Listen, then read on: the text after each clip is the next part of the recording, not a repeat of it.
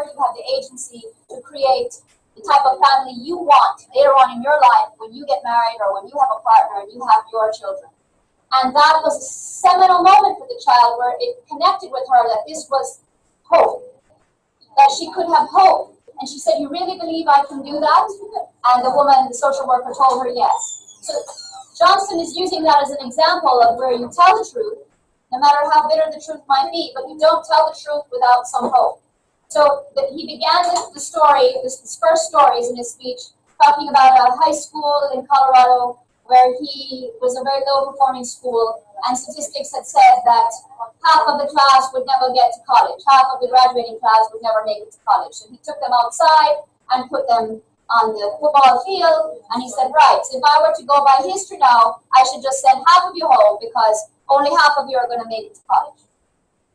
But that's not what we're going to do. What we're going to do is we're going to come up with a plan, and you're each going to work with the teacher, and we're going to bring your grades up, we're going to help you with your college applications, we're going to fill out all the forms that need to be filled out, we're going to take you through the process one by one by one by one. And he added these teenage culture-esque incentives of getting to choose your own music that you could play when you finally get in, and building a ladder, which is a symbolic activity that you have to climb up this ladder and put your name on this list, so that he did these things that are things that teenagers would relate, to which they would relate and be excited about. And every time a child made it, he brought the younger children, the 7th and 8th graders, the 1st and 2nd formers in to watch this, I forget what he called that ceremony, but ladder ceremony or something, I think it was called, so that they could start that conversation about what schools they were going to apply to and where they were going to go and why they wanted to go there and what would be their theme song. So it goes back to a saying as well, which is credited to Marion Wright Edelman, who's another American leader who runs the Children's Defense Fund. And she said, "You can't be what you can't see." So they were letting the children start to envision their possibilities, but grounded in reality. So there was truth and hope. He told a few other stories. He told about his experiences in Teach for America. And so every day in classrooms around the world, teachers are doing that. They're instilling hope with elements of truth in how they're interacting with their students. Of course, there are teachers that are not doing that, but we're focusing on the positive thing. All right? So one of the elements of instilling that hope is teaching tolerance. So I'm going to do a short little thing. You're going to humor me, those of you in the other islands. These are 2 bananas. See? Bananas, right? They're pretty much the same size bananas. One is not bigger than the other. I'm going to ask Thelia to pick a banana. And I'm going to ask Ashley to pick a banana. But you're not picking, you get that banana. Look at your bananas closely. They're looking at their bananas and they're going to give them back to me. And I'm going to ask Thelia to tell me which one was her banana. My banana was the one with the stem that has the overlooking arm on the outside. Okay. So she found, and Ashley would have been able to do the same. You probably would have said yours was the one that had the brown, one had a brown line.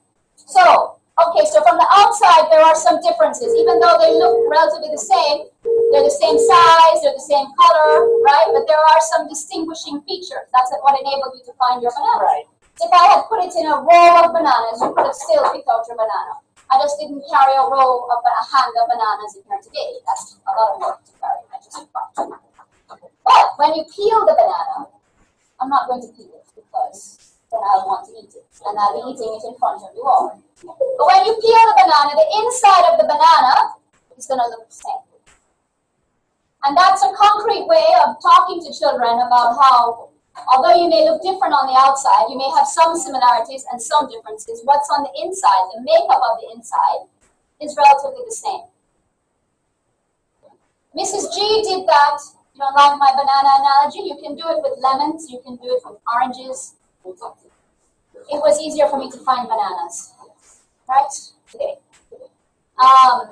Mrs. G did a similar activity with her students when she was first trying to connect with them. She didn't use bananas. She used a particular game. Anybody remember what that was? I can't call on you again. Anybody? From a line game. A line game. So that's another activity that you can do to start building an awareness of tolerance. Right? Okay.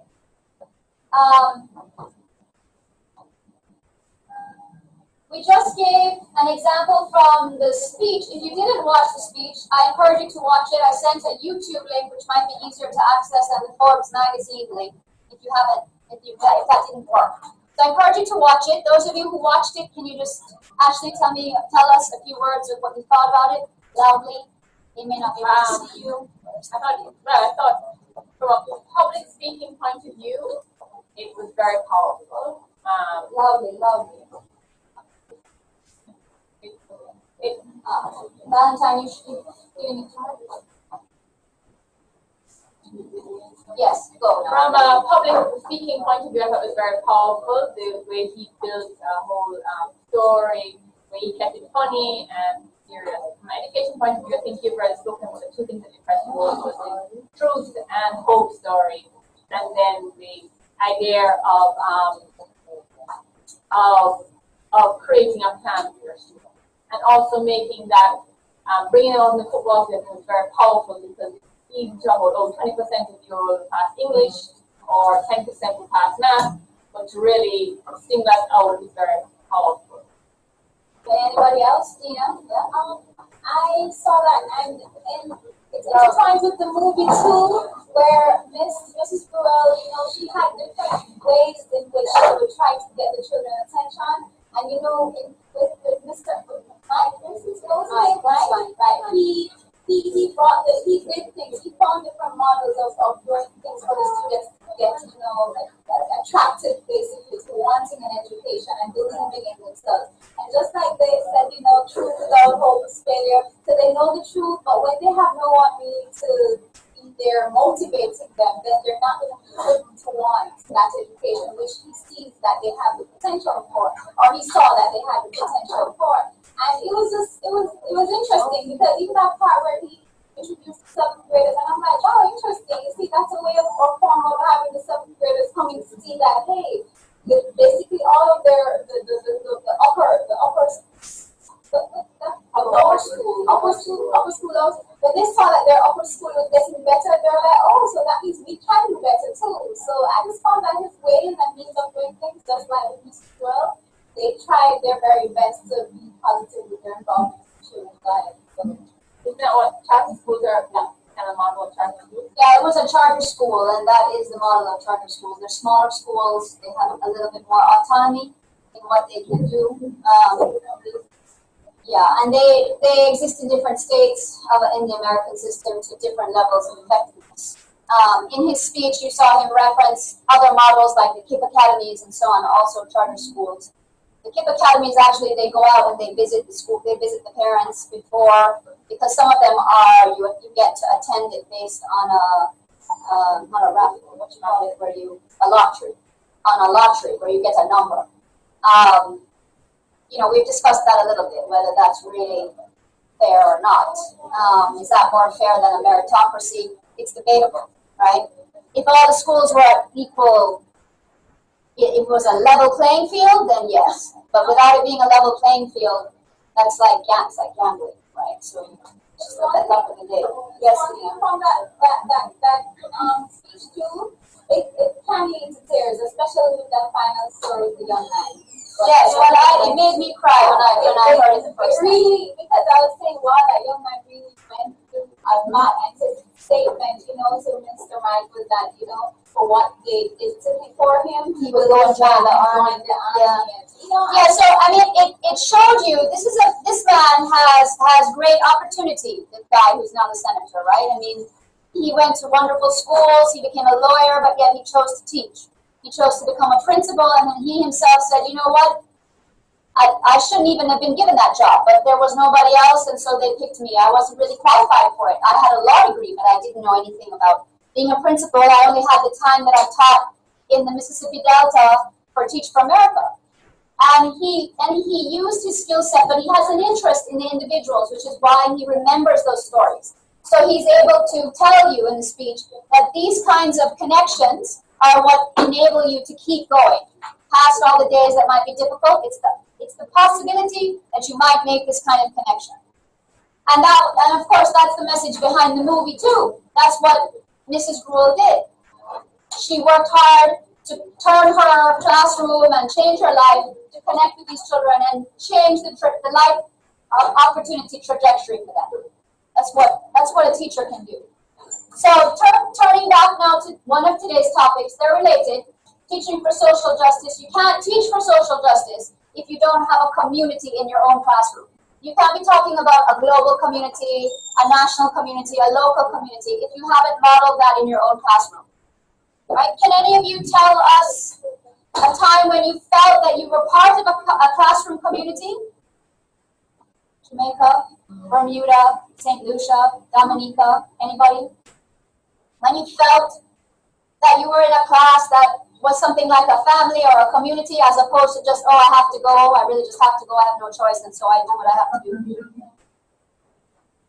I do coloring institutes.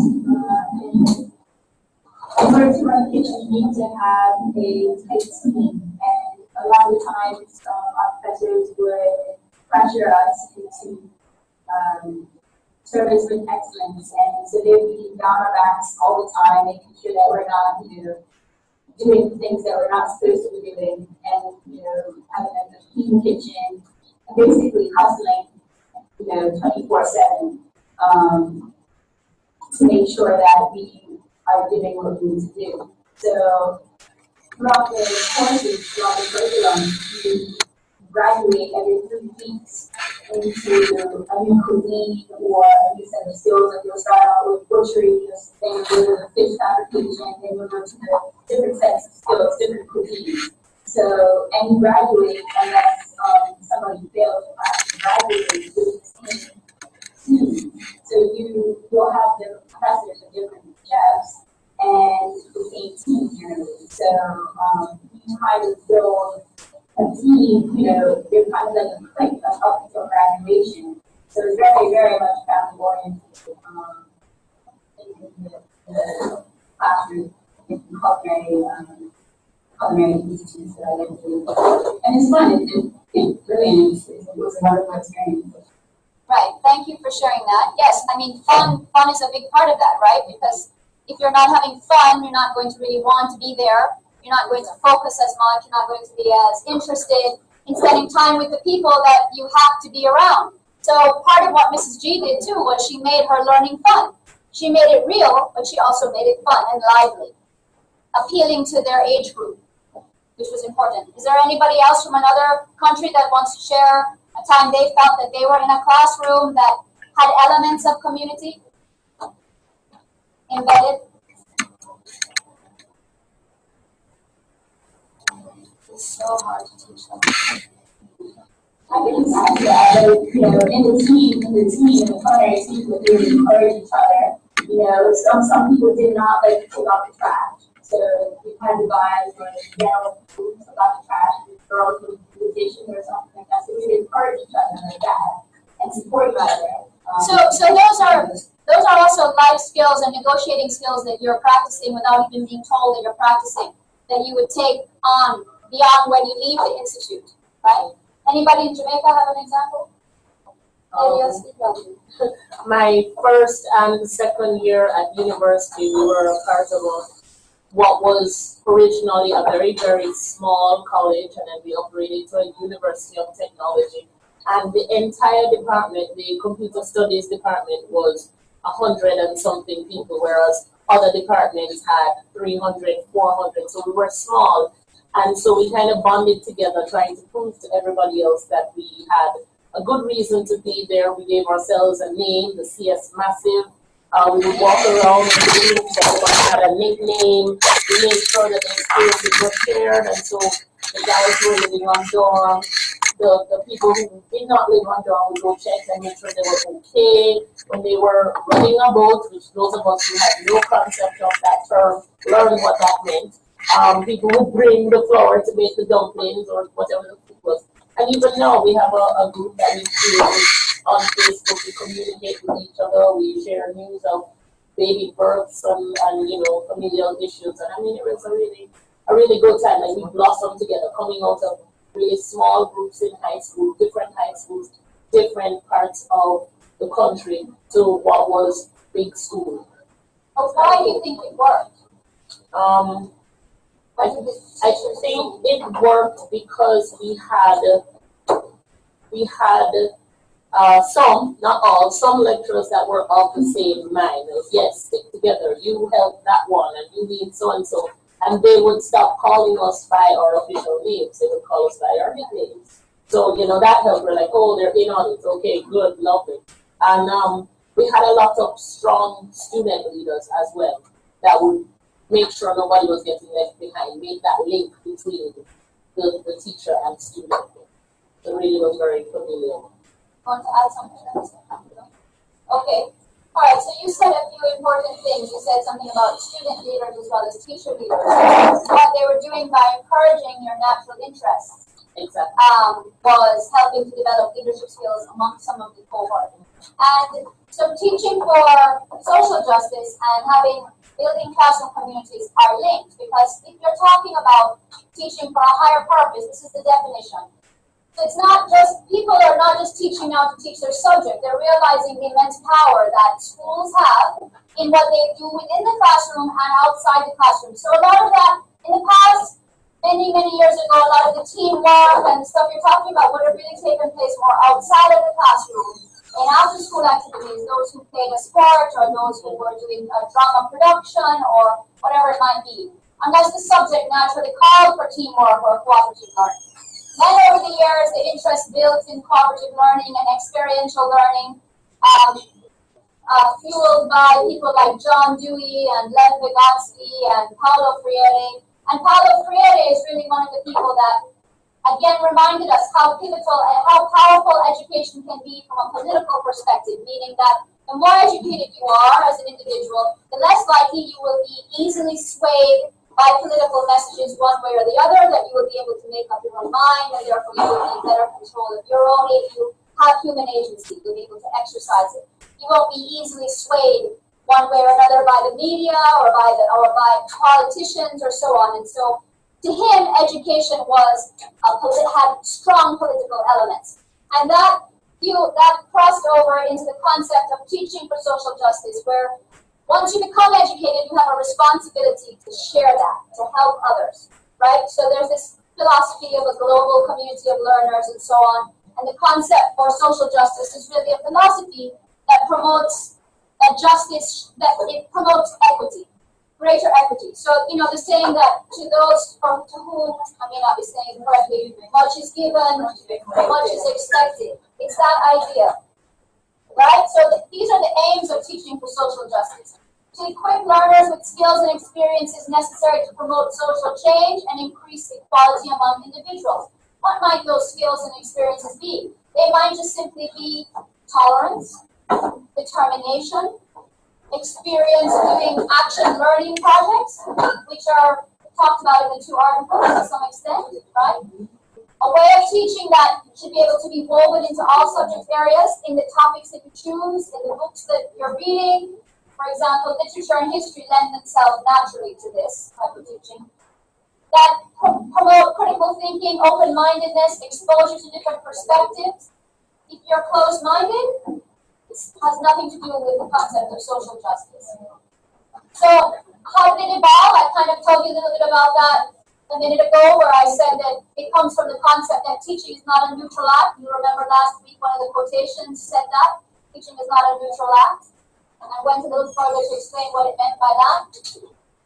There's a belief that educators can and should focus on creating equity and changing systems of oppression within public schools and society. So Mike Johnston is an example of that. This is a man to whom much had been given, and he chose to leave college and go and teach for 2 years at a very low pay, because he wanted to give back, he wanted to learn, he wanted to experience. It's like a teaching Peace Corps. That's what Teach for America is. And he wanted, and then the stories that he's telling you are kids whose lives were changed by the virtue of their education, of the school that they were attending, and of the people in the school that worked with them. So he was looking in the schools he taught, he focused on increasing equity. And now as a U.S. Senator, this is a guy who one day, you know, if he can raise the money, could run for president. He fits the criteria of previous presidents, and he could. And if he made it to the White House, that kind of background in education would be very helpful, would change how America's education system is currently run. Already in the Senate, he has spearheaded bills that look at changing the way principals are tenured and on the basis on which they're tenured, as opposed to you just automatically get it kind of thing.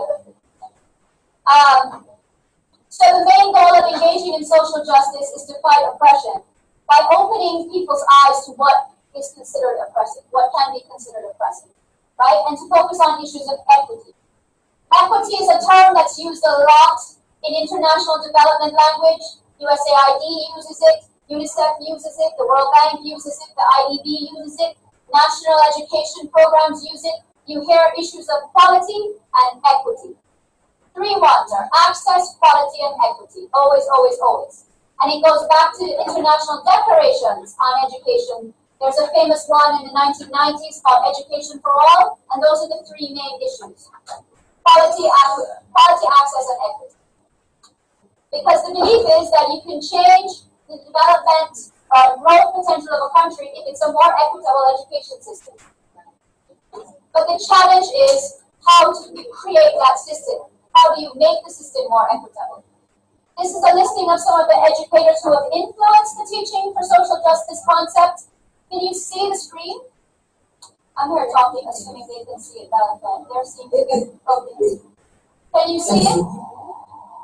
Yes. Okay. And I'm going to email it to you. None of you were jumping up and down and waving your hands, so I assume you can see. Some of them will be reading in this class. Freire, Bell Hooks, Lisa Delpit, we've already read. Dewey, we're not going to read, but you might read him in other courses. Michael Apple also, we're not reading in this course. Now, some people will say, oh, what is the difference between multicultural education and teaching for social justice? Multicultural education is basically making sure that students have the opportunity to learn that there are different races, cultures, ethnicities out there, and to be tolerant and to be appreciative. That you are tolerant of gender, sexual orientation, all these different issues that are becoming more and more readily apparent in young people's lives, largely through the media. But it is not the same as social justice. So the goal of multicultural education is students should have an equal opportunity to learn regardless of their background. And they should be exposed to people that look like them and people that look differently. Right? But social justice's goal is to teach individuals how to advocate against injustice or to advocate for justice. Right? So multicultural education can foster exposure to multiple perspectives that social justice philosophy needs. So they're related, but they're not the same thing. Got that? In the 1990s, multicultural education was a big word. It was all over the place. People were reviewing textbooks and trying to make sure that the images in the textbooks were multicultural and saying that, it was as if the textbook needed to be multicultural, and if it wasn't, they were going to throw it out. And I agree with that. There's nothing wrong with that. But it has evolved further now into the social justice concept. So, educators can use social justice instruction to promote unity in their own classrooms, to have that spill out into the school or onto the campus, and as well as use it as a lens in which to discuss issues that might emerge in your curriculum. Obviously, courses that are, distracted by that. Courses that lend itself more easily to this would be just the humanities, rather than the sciences, right? This is where these kinds of discussions would emerge. What should social justice do? It should provide equal learning opportunities for all students. It should help foster respect, and it should emphasize tolerance, and it should create individuals who are empowered to not only notice injustice, challenge the inequalities and injustices in society. So I'll give you a concrete example in Jamaica now, those of you who are not here. The Jamaicans are fully aware of the example I'm going to give.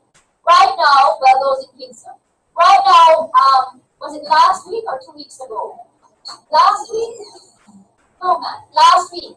Last week, or the week before it was, on a Friday, we have a massive dump in the middle of the city, which is called the Riverton dump.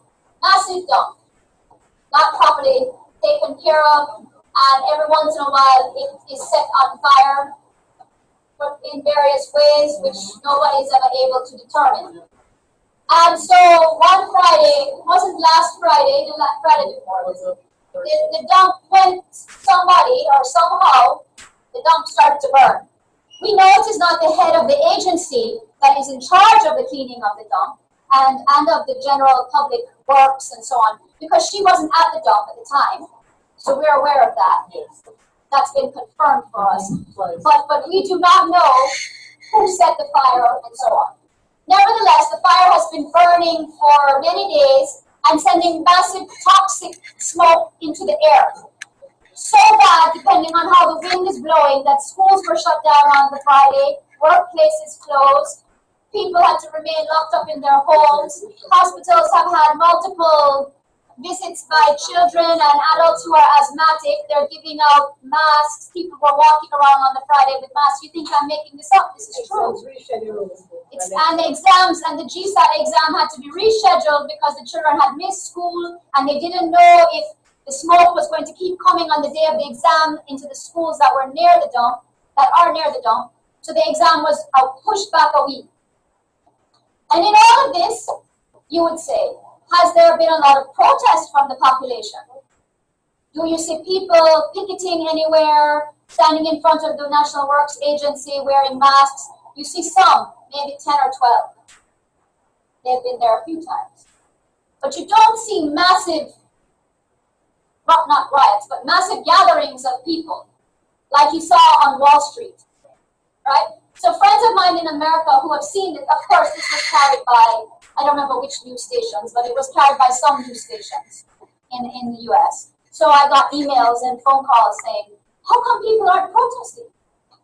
How come people aren't asking for accountability and demanding accountability and demanding that they clean it and they do the testing on the air quality? And they did the testing on the air quality, but they released statements prior to the results of the air quality test to tell us that really there's no long-term effects. Then a week later or so, they released another statement saying, well, the levels of toxic chemicals in the air have been higher than they've ever recorded. But they still haven't told us what that means, what it means for the people in close proximity, and what it means for people certain distances from the area. I don't think they're going to tell us that. They're not telling us that, as far as I can tell. So that's an example. So we in Jamaica don't really have a culture anymore of nonviolent protest or objections. We just don't. We're just so used to things going in a certain way. We just say, all right, let's just get along with our lives. Teaching for social, yes, we curse on social media. There's a lot of social media cursing, but there's no actual action. So a teacher now who's in a high school or even in a primary school could be having this conversation with his or her students, asking the students what do they think about this. Students couldn't go outside to play because of the air quality or lack thereof. I cannot describe to you. You could see the big plume of the dark clouds in the sky. You saw those things? Yes.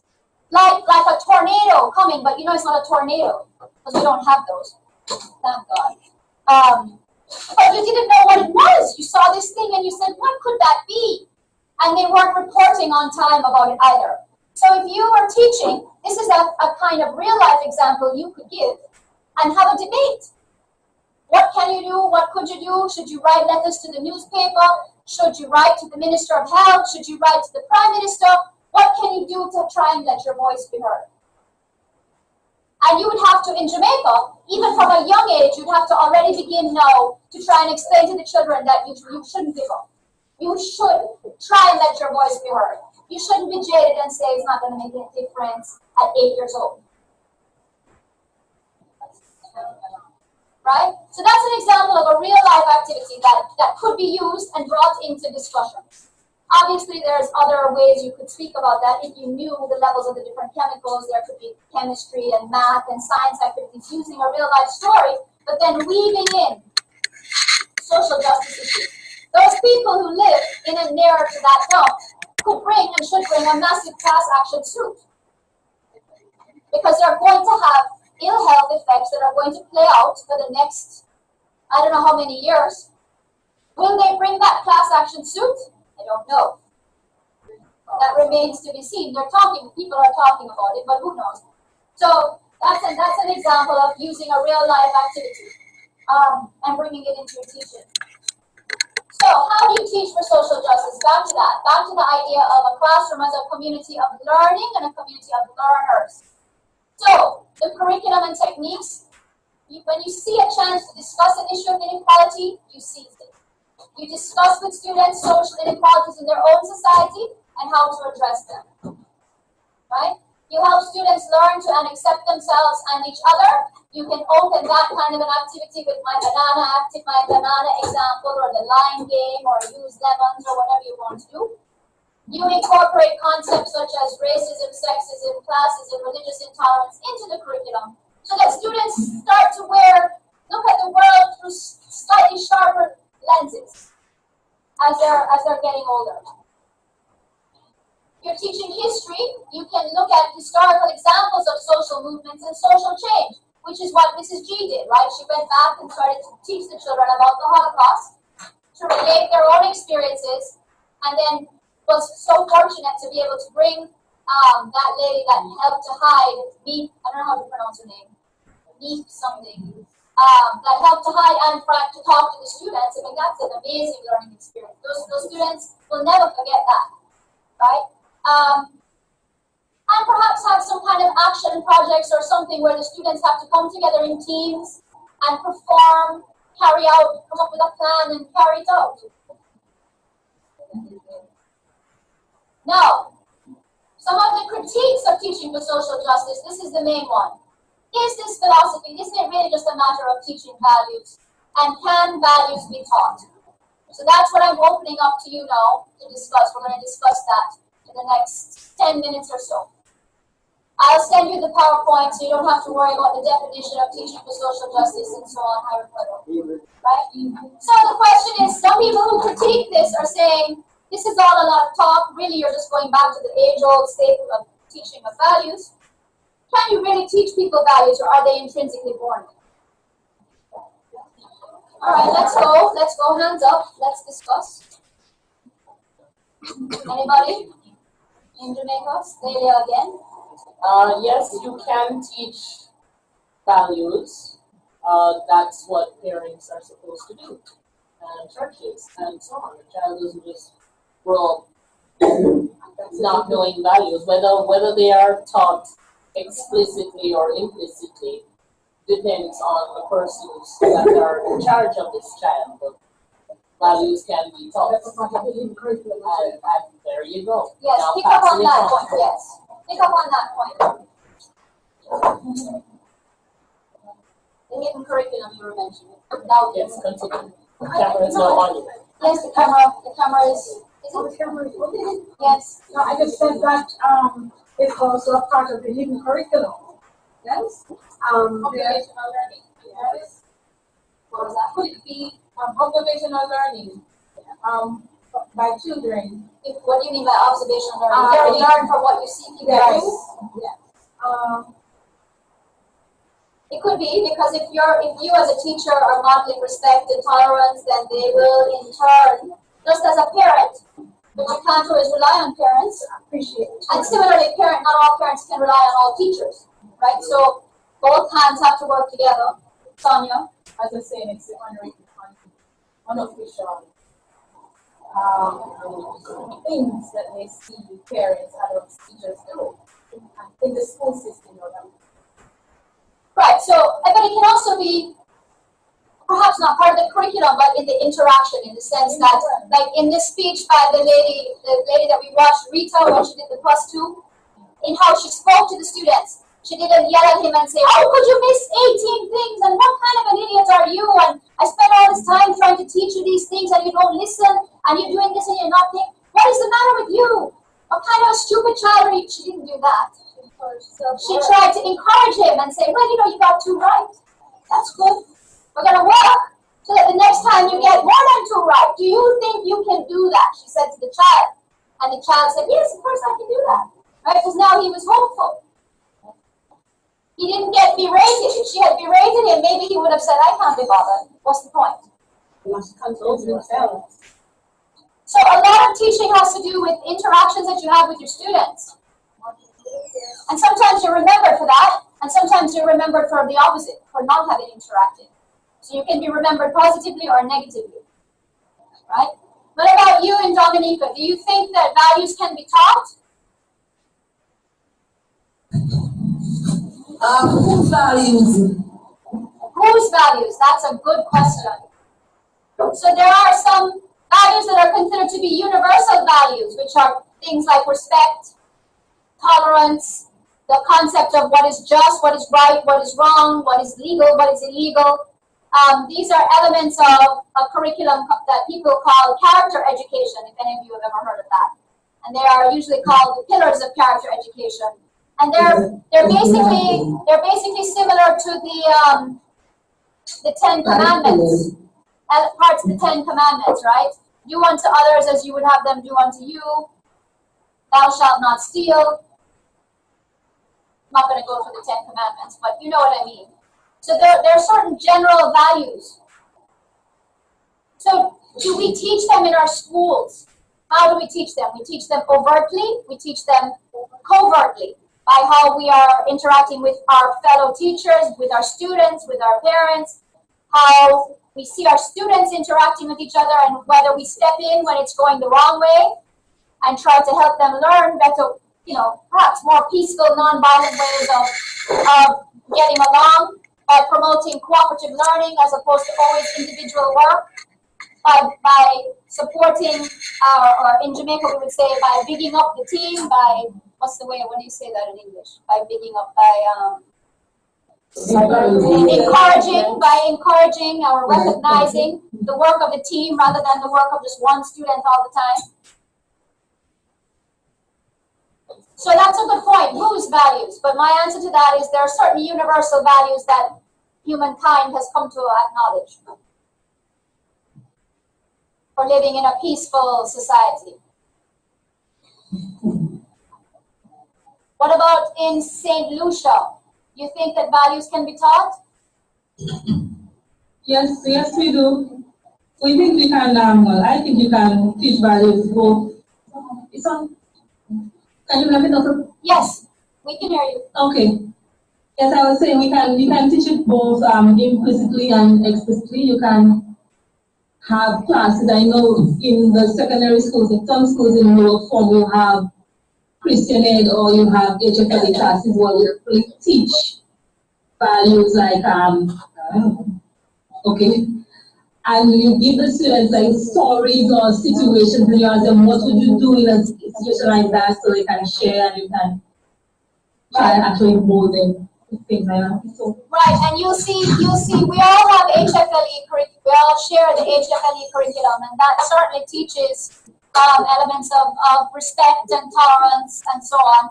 And you will see also, some of us might have been encouraged to also infuse a child rights angle in our teaching. So there's a concept of the Convention on the Rights of the Child, and there are numerous rights that children have as individuals, and with those rights come responsibilities.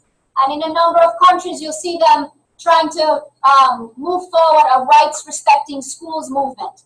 What is a rights-respecting schools movement? It's talking about making schools more child-friendly, meaning safe,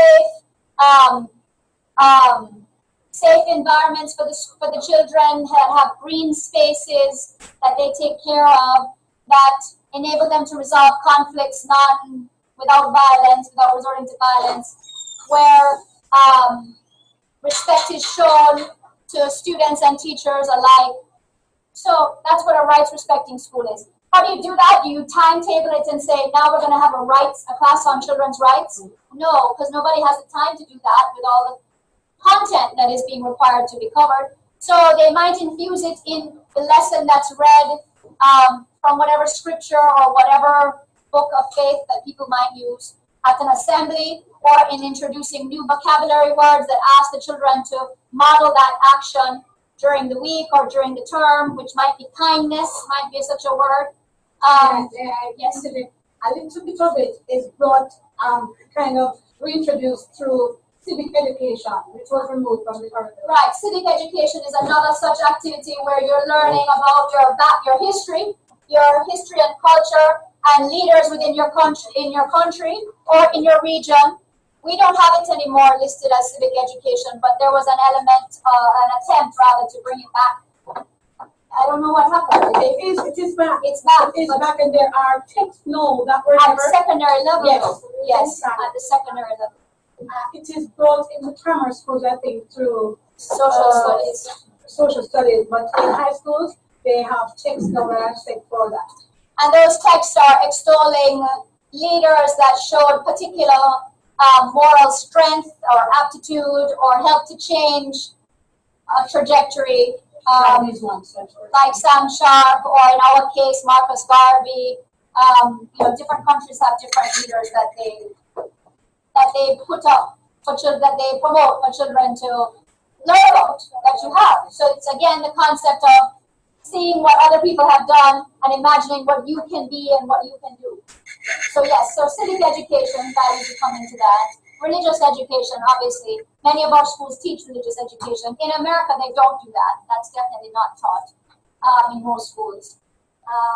What was the other thing? And within sort of how you begin your classes, what books you choose, what might happen in school-wide activities, after-school clubs like service clubs and so on would have those same kinds of areas of focus. So although there's no subject that says values and attitudes, it's embedded in a lot of what schools do, right? Sometimes the values that the school is teaching or espousing conflicts with the values at home. And then you have to learn a little bit of diplomacy as to how to walk that fine line, right? Okay. All right. Are there any questions on the concept of teaching for social justice before I move on to the next part of today's class, which is going to look at the two articles? Yes? Yes. I was saying at my school we have virtues. The timetable is set in such a way that we have virtues. We have a subject.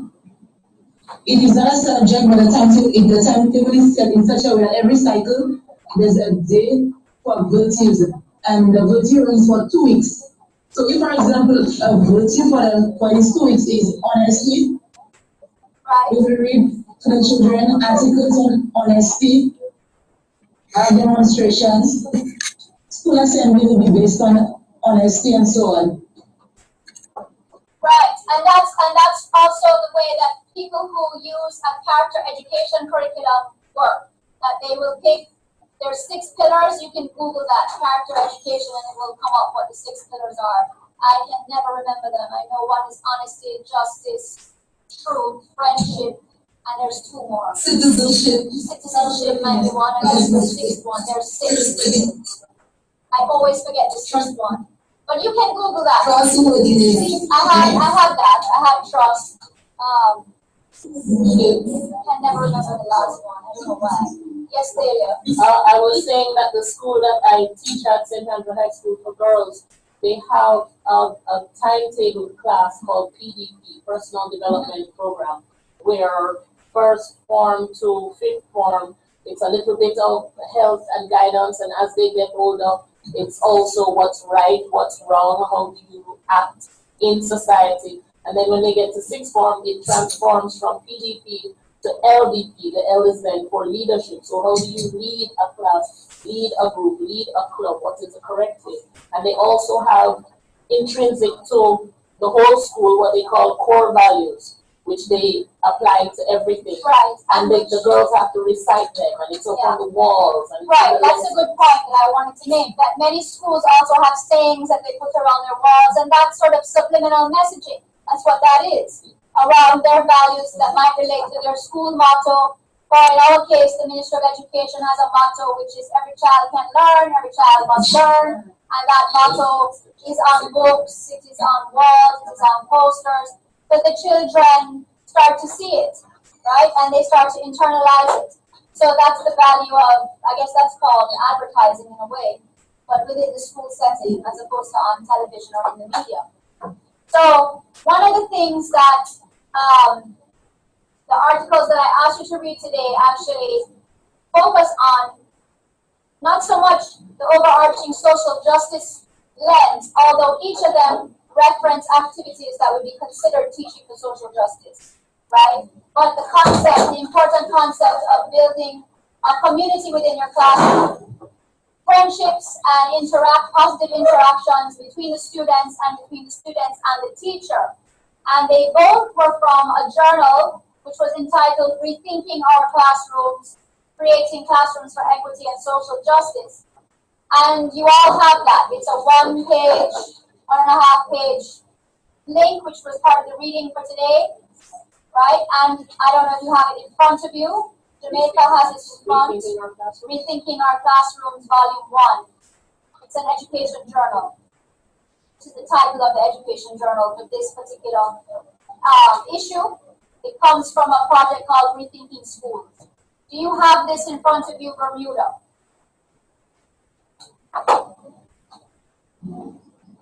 I do. You do, Jason. Okay? I am great. Yeah, but if you have it in front of you, that's good. That's halfway there. What about Dominica? Yes. Okay, and St. Lucia? Yes, okay, I can see that. And Montego Bay, do you have it? No. Okay, so Montego Bay, you have to just listen.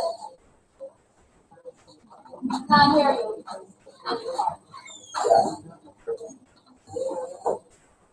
I can't hear Montego Bay. Why?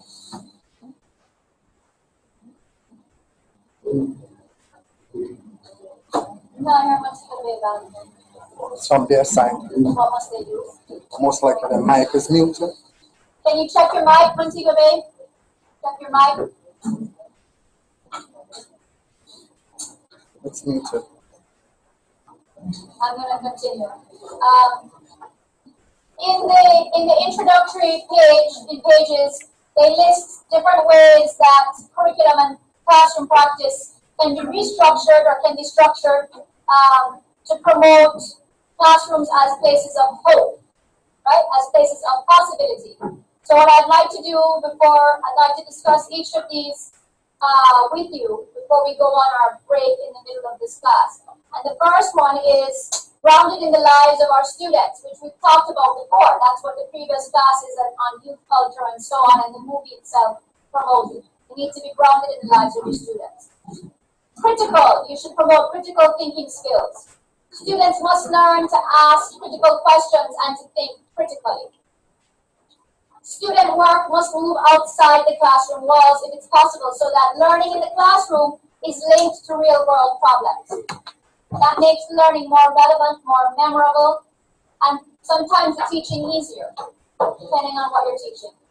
I'm going to ask anybody in Jamaica born in the month of March? Anybody in Bermuda born in the month of March? Anybody anywhere born in the month of March? Okay, in St. Lucia. All right, St. Lucia, can you read number 3? That's the 3rd month. You're reading number 3, multicultural. Can you read it loudly, please?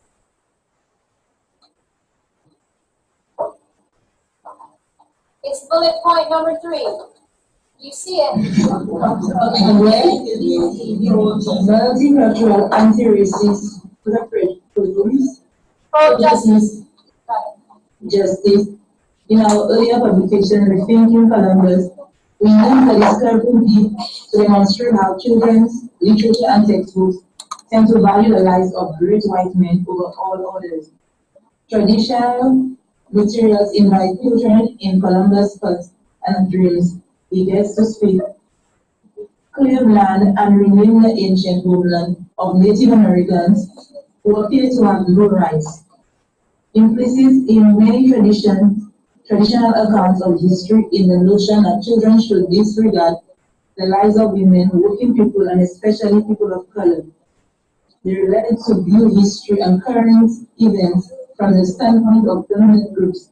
By contrast, the social justice curricula must try to include the lives of all those in our society, especially the marginalized and dominated.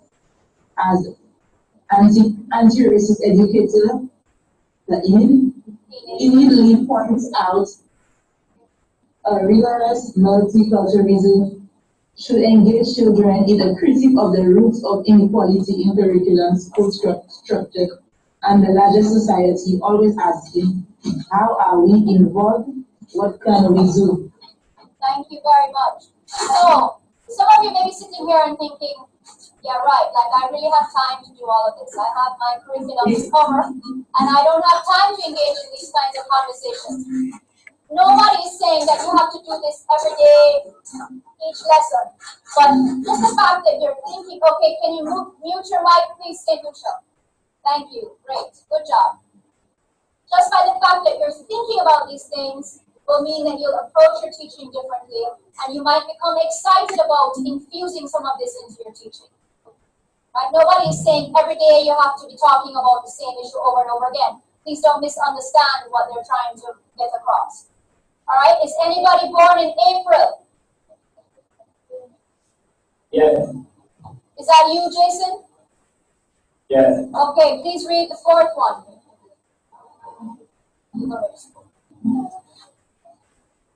Participatory experiential. Traditional classrooms often leave little room for student involvement and initiative. In a resource classroom, concepts need to be experienced firsthand, not just read about or heard about. Whether through projects, role plays, simulations, mock trials, or experiments, students need to be mentally and also physically active. A classroom also must propose students to develop their democratic capacity, question, challenge, make real decisions, collectively solve problems. Thank you. And that's what Mrs. G did. Right? We saw how that can work. Thank you, Jason. How about the month of May? Anybody born in May? You know, we have a song in Jamaica.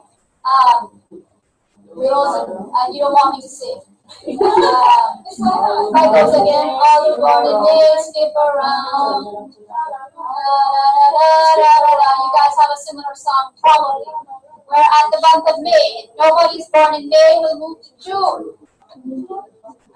Anybody born in June? Dexton, is that you? Are you born in June? That's not Dexton. That's Latin. Nobody's born in June. That's very strange. Nobody in May or June. All right, we're at the start. Delia, go for it. So I get to do hopeful. Hopeful. Yes. Lovely. Okay. Hi, everybody again. Hopeful, joyful, kind, visionary. The ways we organize classroom life should seek to make children feel significant and cared about by the teacher and by each other. Unless students feel emotionally and physically safe, they won't share real thoughts and feelings. Discussions will be tinny and dishonest.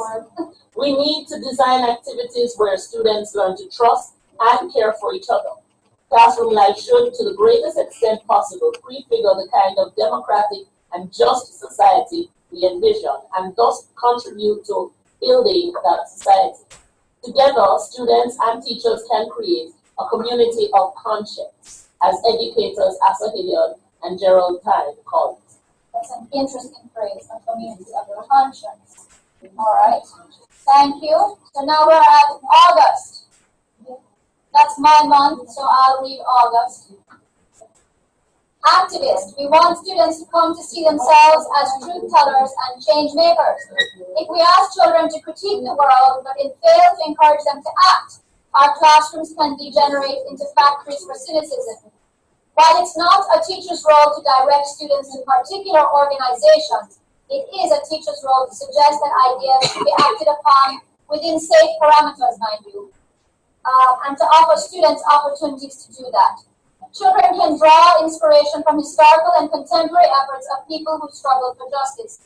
A critical curriculum should be a rainbow of resistance reflecting the diversity of people from all cultures who have acted to make a difference. So you might bring in people from other countries, like Gandhi is an obvious one that means a lot. Martin Luther King. Students should be allowed to learn about and feel connected. All right? Last two are at August, September. Alyssa. Academically rigorous. Lovely. A social justice classroom equips children not only to change the world, but also to maneuver in the one that exists. Far from devaluing the vital academic skills young people need, a critical and activist curriculum speaks directly to the deep-rooted alienation that currently discourages millions of students from acquiring those skills. A social justice classroom offers more to students than the traditional classrooms and expects more from students. Critical teaching aims to inspire. They are trying to fix their mind. Okay. Sorry, that was Mobe trying to fix their mind. Thank you. Go ahead, loudly. Critical teaching aims to inspire levels of academic performance far greater than those motivated or measured by grades and test scores. When children write for real audiences, read books and articles about issues that really matter, and discuss big ideas with compassion and intensity, academics start to breathe. Yes, we must help students pass the test.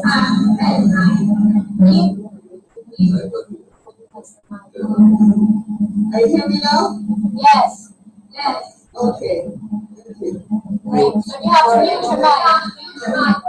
Great. Thank you. Last line also. But only by systematically reconstructing classroom life do we have any hope of cracking the cynicism that lies so close to the heart of massive school failure and of raising academic expectations and performance for all our children. Right. So one of the activities that people can do around that academically rigorous idea would be to ask students, for example, to write a letter to the editor about the topic that is important in their school or important in their community. They may have to do it together in pairs. Some might be able to do it on their own. But that's a simple activity that you then actually have them email it to see if it appears in the newspaper. There's no reason it can't appear in the newspaper. Think of the validation the child would have if his or her letter was in the newspaper. And that's a simple, and that activity would require an initial write, a rewrite, a further rewrite, so they would be learning and honing their writing skills and how to make an argument. Because they're going to be writing about an issue, so they're posing an argument, but it would be something related to a real life issue, a real life activity, and then it's the concept of being in a real life thing, not just giving it to my teacher, but we're going to email the best ones to the letter to the editor. When I was teaching in America a long time ago, it was right after Bill Clinton was sworn in. I don't remember if it was the first time or the second time.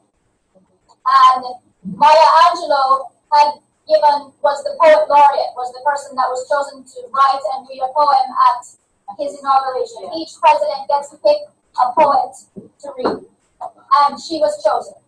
She read a beautiful poem that she wrote called On the Pulse of Morning. And I had the students, we read it in class, we watched her on TV, of course there was no YouTube then, so we couldn't watch her over and over again. I'm sure it's on YouTube now actually. Yeah. And we deconstructed the poem, then they wrote their own poems and they wrote letters to her and we mailed them to Maya Angelou. And she wrote back to the class. And that was a big deal for them. And for me, I'm sure we weren't the only class in America that did that. So the woman was actually writing back to multiple classes. But this was a handwritten note. It was a real signature. It wasn't a scanned signature. All that didn't exist then anyway. Right? So it was a big deal. So simple little things like that can be done to, you're still teaching the curriculum. I was still teaching poetry. I was still teaching about dramatic language and similes and all of that, but within a real life context related to a historical event. Lastly, we were at September, October, November. All right, Dorma, go ahead. Last one, culturally sensitive. Culturally sensitive. Critical teaching requires that we admit we don't know it all. Each class presents new challenges to learn from our students and demands that we be good researchers and good listeners. These days, the demographic reality of schooling makes it likely that white teachers will enter classrooms filled with children of color. As African American educator Lisa Delvin writes in her review of the book White Teachers, we paid one to pay, when teachers are teaching children who are different from themselves, they must call upon parents in a collaborative fashion if they are to learn who their students really are. They must also call upon culturally diverse colleagues and community resources for insights into the communities they see. What can be said about racial and cultural differences between teachers and students also holds true for class differences?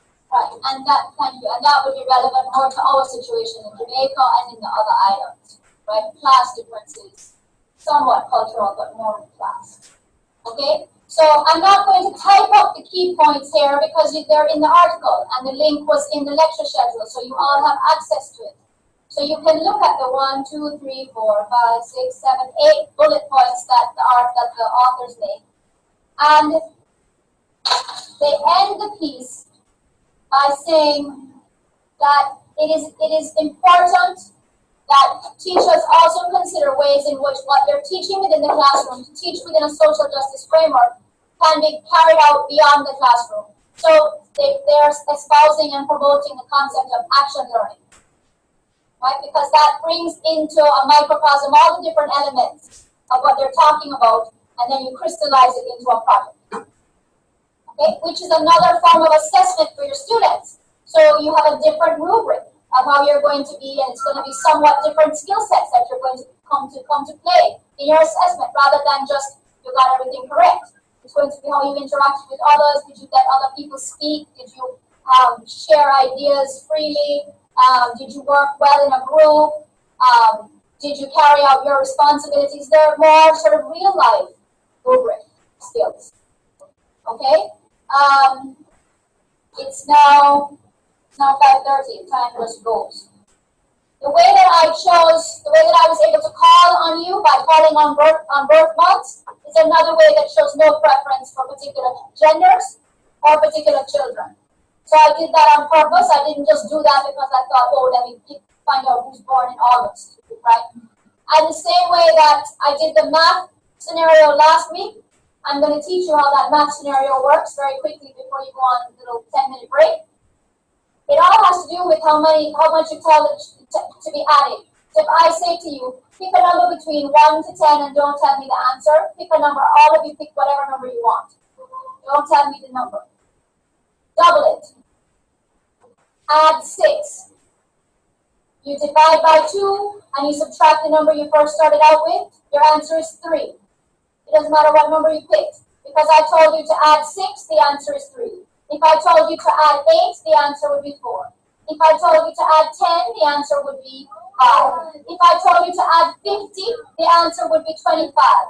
If I told you to add 100, the answer would be 50. You get it? You pick a number, so you pick a number between 1 and 10. You tell the children or whoever you're playing the game with, not to tell you the number. You double it. Then you add a number. You pick what number you want them to add. You pick 5. No, not 5. It has to be an even number. You pick, if you complicate it, if you don't pick an even number. You pick 10, you pick 20, you pick 6, you pick 8. Then you tell them to add that number. Divide by 2. Subtract the number that they first picked, the first number that they picked in their head, and your answer would be half of the number that you told them to add. That's the trick. I Then subtract. Yeah, you divide by 2 and subtract the number you first started out with.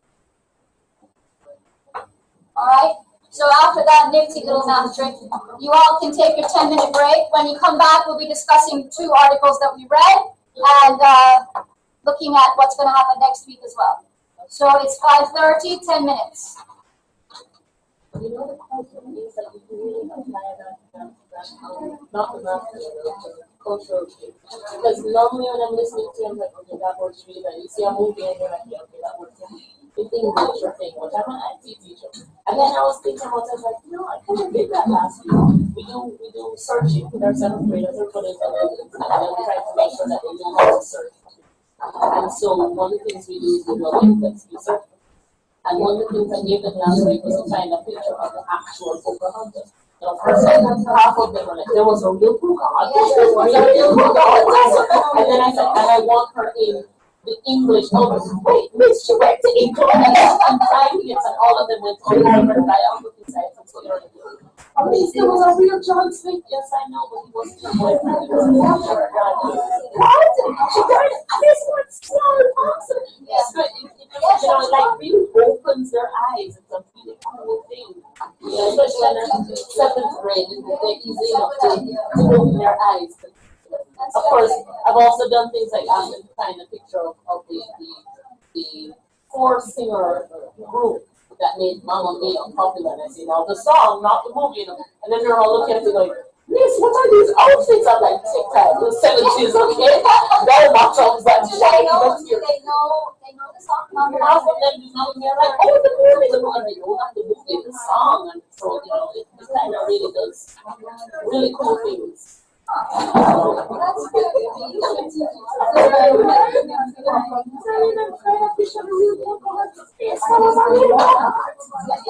can probably see the eyeballs being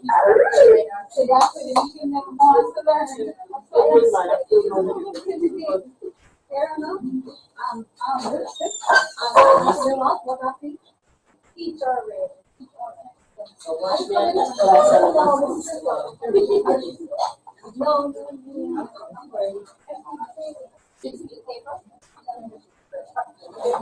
of you that haven't handed in the paper, you can hand it to now.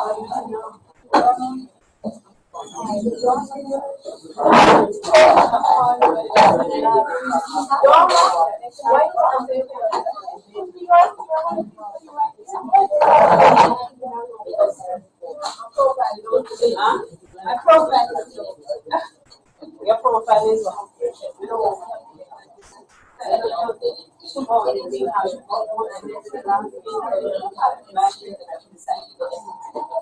those things are like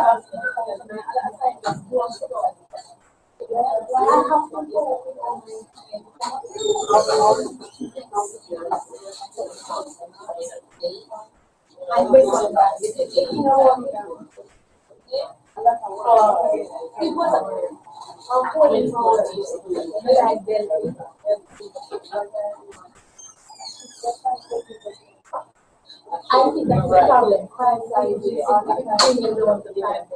If you this is not holistically and Miss Young, I think you won't lose a lot. Why? You want honor? I mean, if somebody has an interpretation paper, that's not.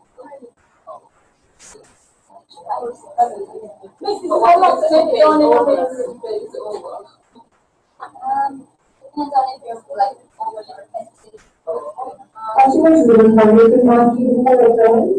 That's true. So these are issues.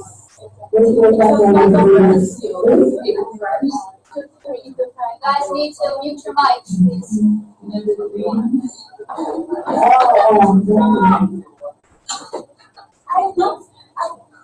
You know what? I don't think I'm very comfortable with this. After driving, don't. yeah, this side to You know, yeah, no. Part I don't always. Because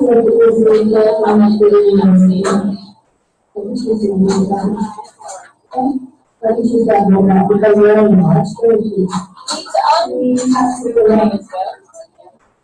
also somebody to do the also later.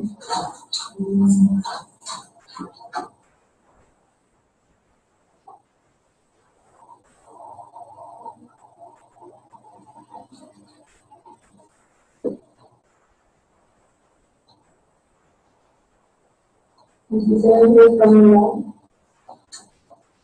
Anything coming up? It's like 40 is 40.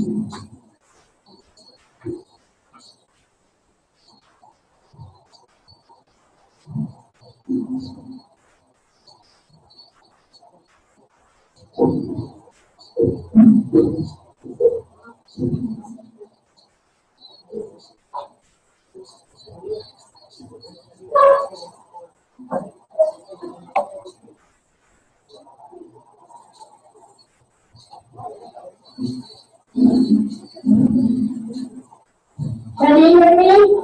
Yes. I can. Can you hear me? Yes. Yes. Okay, we have 1 minute. You guys are ready?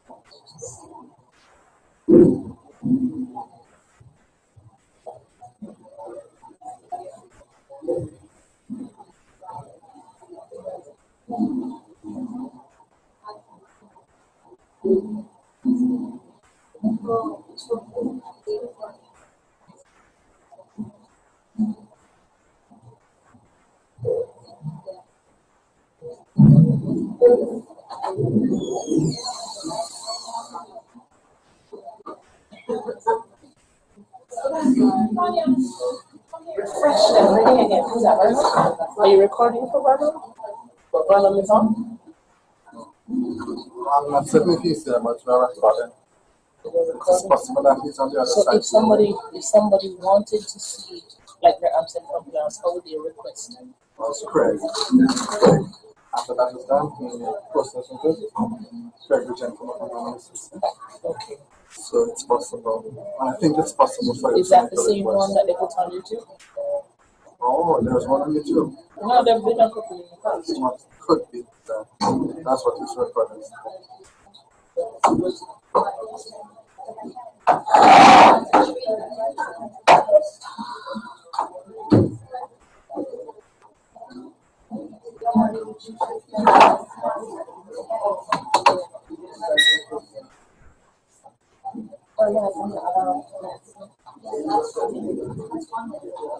All right.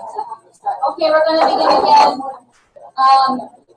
So the two articles whereby two teachers that actually teach together sometimes.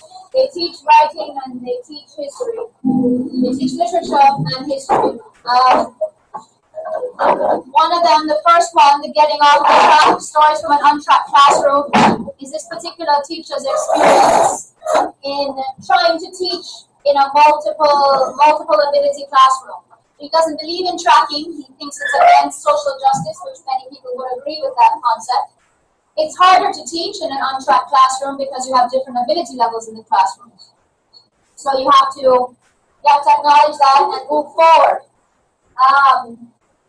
And he says that on the first page of the article, he lists 5 strategies that he has learned that work for him in his classroom. Obviously, I'm pointing them out because it's not just because of the tracking issue, tracking itself being an element of social injustice, but because they're useful strategies for all teachers, right? The concept, the first one is show, don't tell. So what you model, what you act out using role plays. He then goes on in the article to reference and tell you the story of some role plays that he has his students do, which help to crystallize whatever it is that they're studying. Because remember, you're looking at different types of learners who have different intelligences or different areas that focus, if you want to think of it that way. So role plays would speak to people who are more tactile, more expressive, as opposed to people who just learn well by listening or looking. Okay, he said that you have to be flexible in your assignments, that the curriculum should be rooted in their students' lives as much as you can, which again, Mrs. G was a good example of this, that the classroom environment should be encouraging and safe, and that what we teach has to matter. Students should be able to relate to what is being taught. They should understand why it is that they are learning it. So he says in particular, he has found in his years of teaching that role plays give students a chance to really feel what it is like to be in the shoes of a historical character. And you can see how that would be true, right? Some students might resist this and some students might really embrace it. So what do? You have a mixture of activities so that you have the more traditional, perhaps rote learning or writing, tests, quizzes, and then you mix that up with these that are more experiential so that all different types of learners have a more equal playing field. He also talks about activities he does before he even introduces subjects to them. So say they're going to be reading a book that's set in America during the time of slavery. He asks them critical thinking questions that are open-ended. That's an important point. He's not asking them in what year was the Emancipation Proclamation made. That question has a right answer, only one answer. Okay? He's asking them, in what ways were people hurt by slavery? How did people resist slavery? Explain why you think slavery could or could not have ended without a violent struggle. Those are questions the students really have to think. To answer those questions, these are high school students, obviously. So he is deliberately doing pre-reading activities on an issue related to social justice, and he's embedding critical thinking from the outset. So he gets some of their ideas and their preconceptions out from them themselves in an unthreatening way that they'll share, and then they go into the reading, and then they go into whatever other activities he may be He may have planned for them, which might include a role play, might include a letter to the editor, might include more activities. For example, at the second part of that paragraph on that page, he says, you know, I've done an activity where I've divided up the classroom with tape on the floor, and I've had pieces of chocolate to hand out, and only the people on this side of the tape get the chocolate. So that's another physical example of explaining to the students how some people were just given some privileges just because of whatever class they were born in, what the color of their skin was, whatever it was. That makes it concrete for the students rather than just simply saying it. Of course, it's backed up with images and so on. And now, today, you all have the access. If you have classrooms that have technology, you can be bringing in YouTube and videos that really grab the students' attention. The whole world of teaching has changed now. You have such opportunities to bring in rich primary sources into the classroom if you have this capacity, which a lot of schools more and more are having, in Jamaica anyway.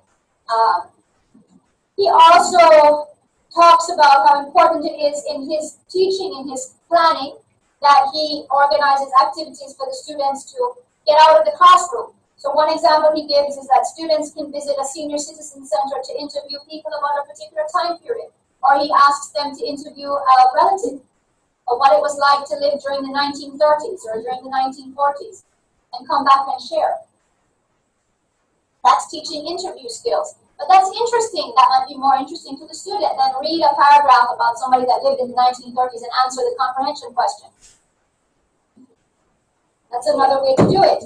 Or an interesting idea he has here is students rewrite some children's books from a multicultural standpoint and go and read at an elementary school nearby.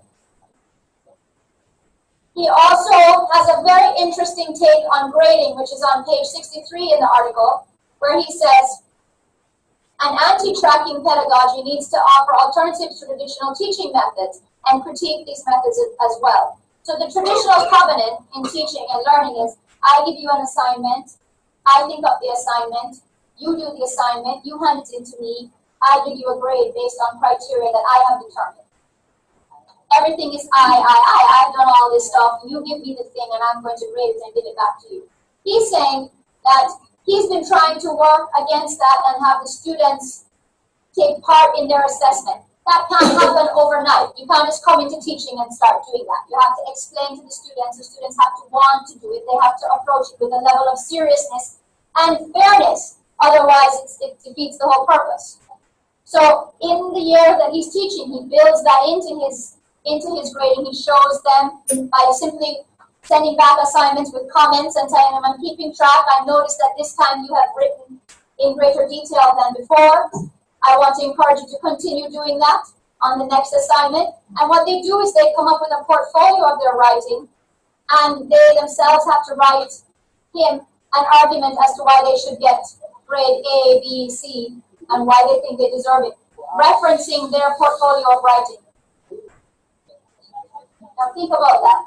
That might not fly in Jamaica, in a Jamaican system. I don't know if it would work in Bermuda, St. Lucia, Dominica. But it's an interesting thought. Think of the different skills that the student is learning by doing that. There's also an element of honesty that needs to come into play there. The teacher has to know his students very well to be able to work with something like that. Otherwise, you can't have any conversation with the student based on any sense of reality, and you will just accept what the student says. And you would have some students who would try to get a better grade than they deserve, but they would be making an argument. The point is they have to make an argument based on the writing. So they have to be able to refer and prove to the teacher, well, I didn't do well on that, but based from where I started, look how far I've come. It might not be as good as Mary's writing, but you have to look at where I started. But the teacher has certain criteria that the students also know they have to meet. So it's an interesting, I'm just sharing with you because it's an interesting approach to assessment.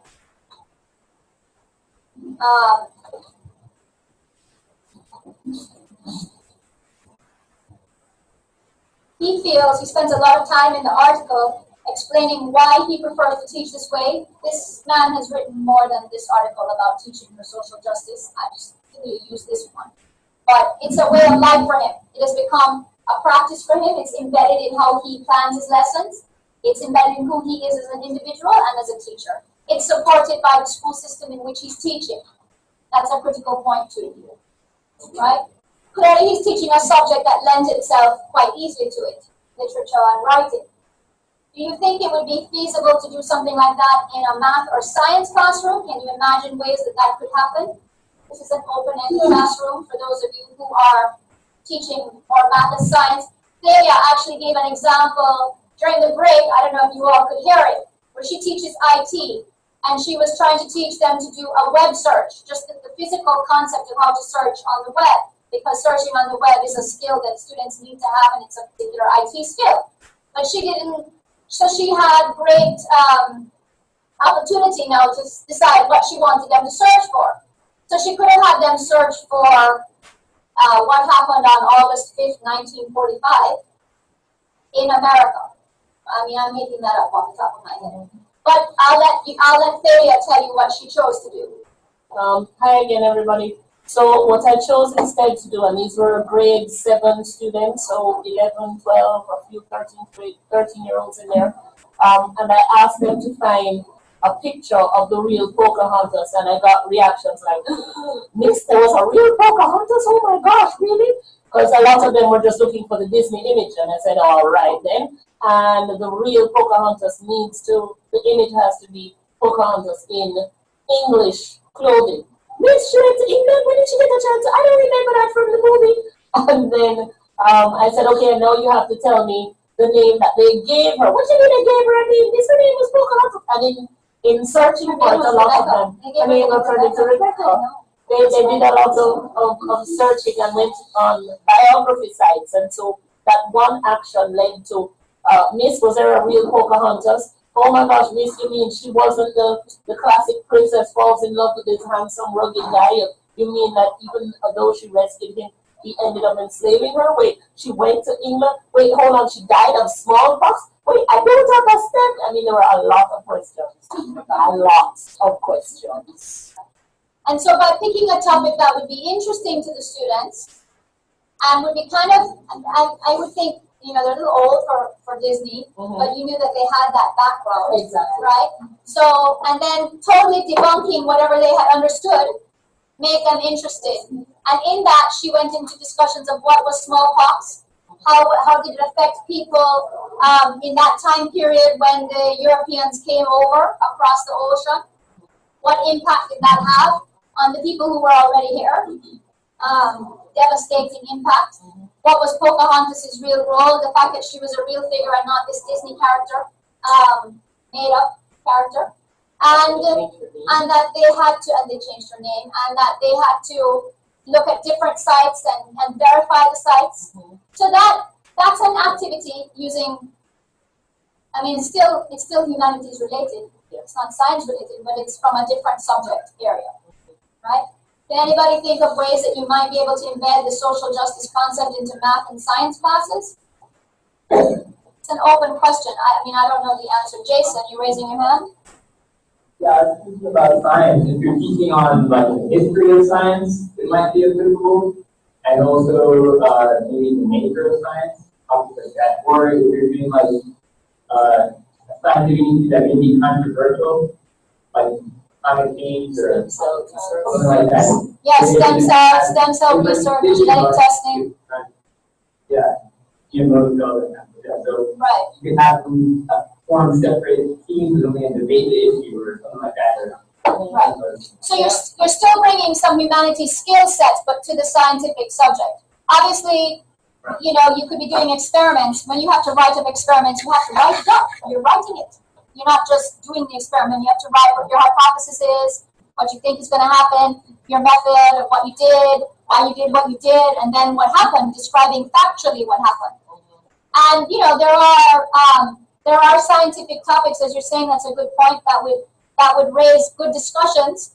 One would also be, for example, a historical one would be the work that, I'm trying to remember the name that they called that project in the American desert when they were testing the atom bomb.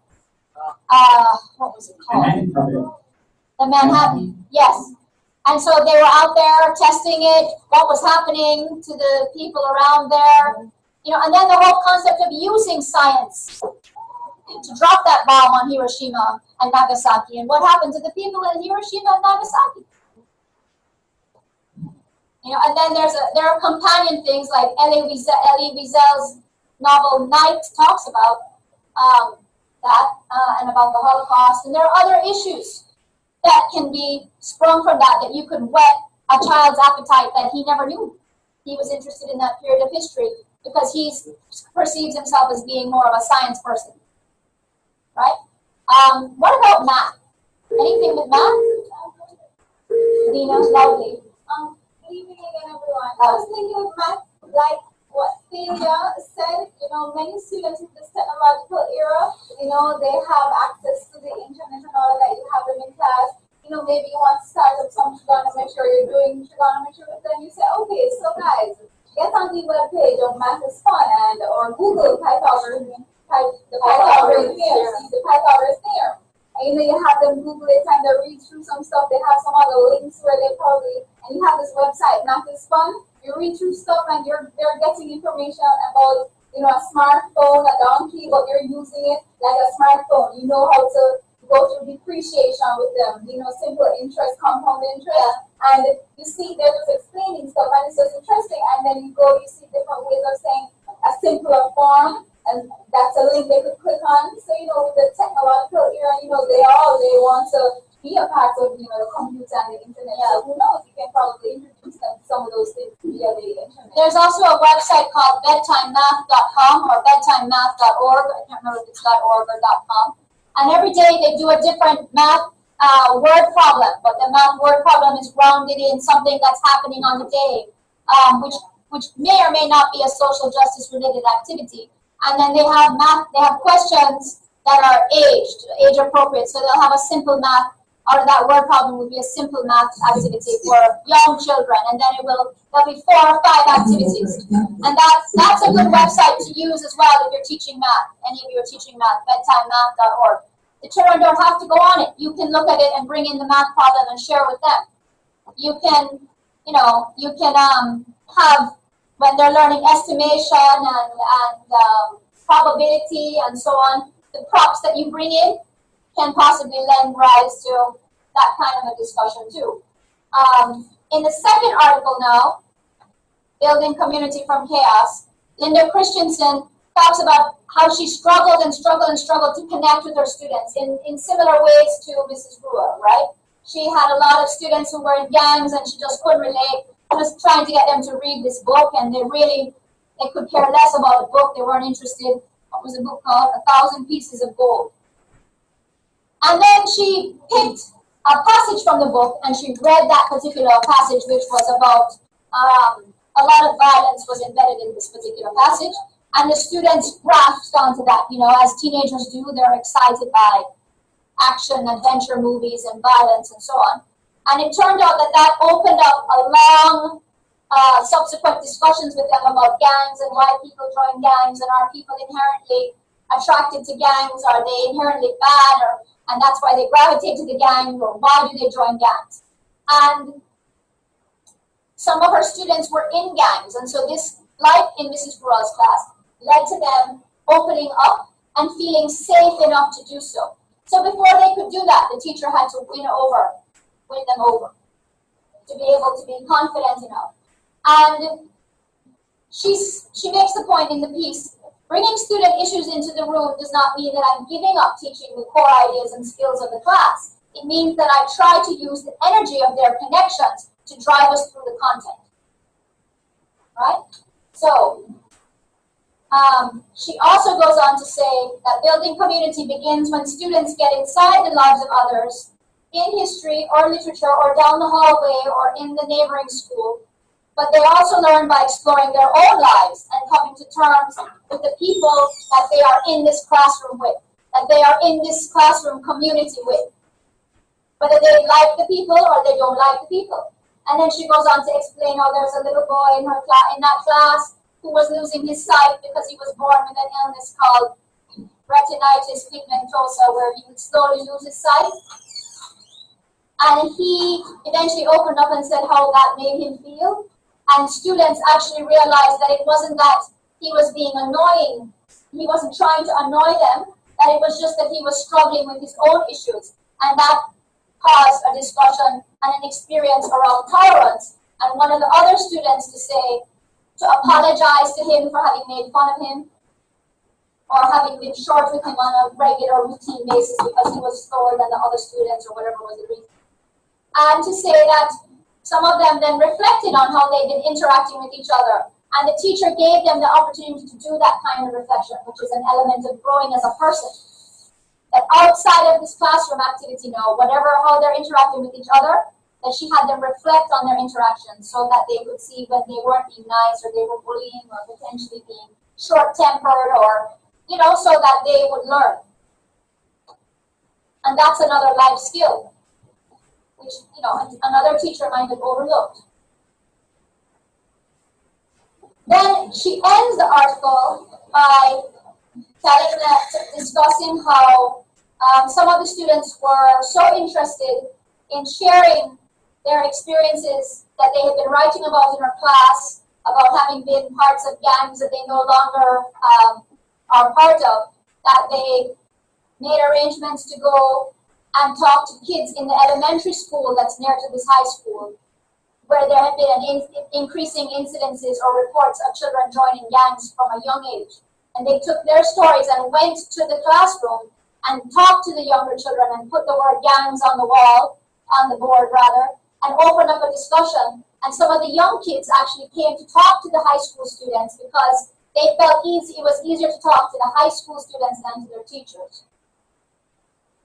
And the high school students recognized that as adolescents, the younger kids were looking up to them, and so they had this responsibility and this ability to connect with them, and that it was very powerful for them. And their teacher encouraged that. That's an example of taking it beyond the classroom. So she ends by saying that for her, building a community and encouraging activism are critical components of her teaching. Those are two of the goals in whatever she's teaching. So my question to you is, do you think that approach to teaching is applicable in Jamaica or in Bermuda or in St. Lucia, in Dominica? I think so. Who's speaking? Sorry. Raise your hand. I can't always tell where it's coming from. Who said I think it is? I said that from Bermuda. I was here in the because basically, first of different money needs are basically the same thing. I believe I said that one is that the people to find it so I think that's a good thing. Okay. What about other islands, other countries? You think that would be encouraged in your school system in St. Lucia? Building a sense of activism, doing service learning outside the classroom that's linked to the classroom's curriculum?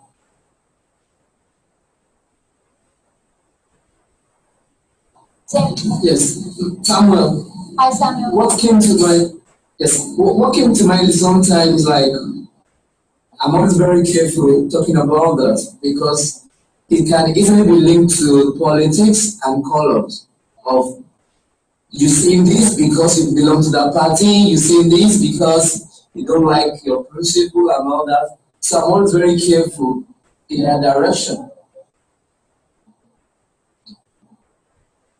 I think in America they would have similar issues, whether they belong to the Democratic or the Republican Party.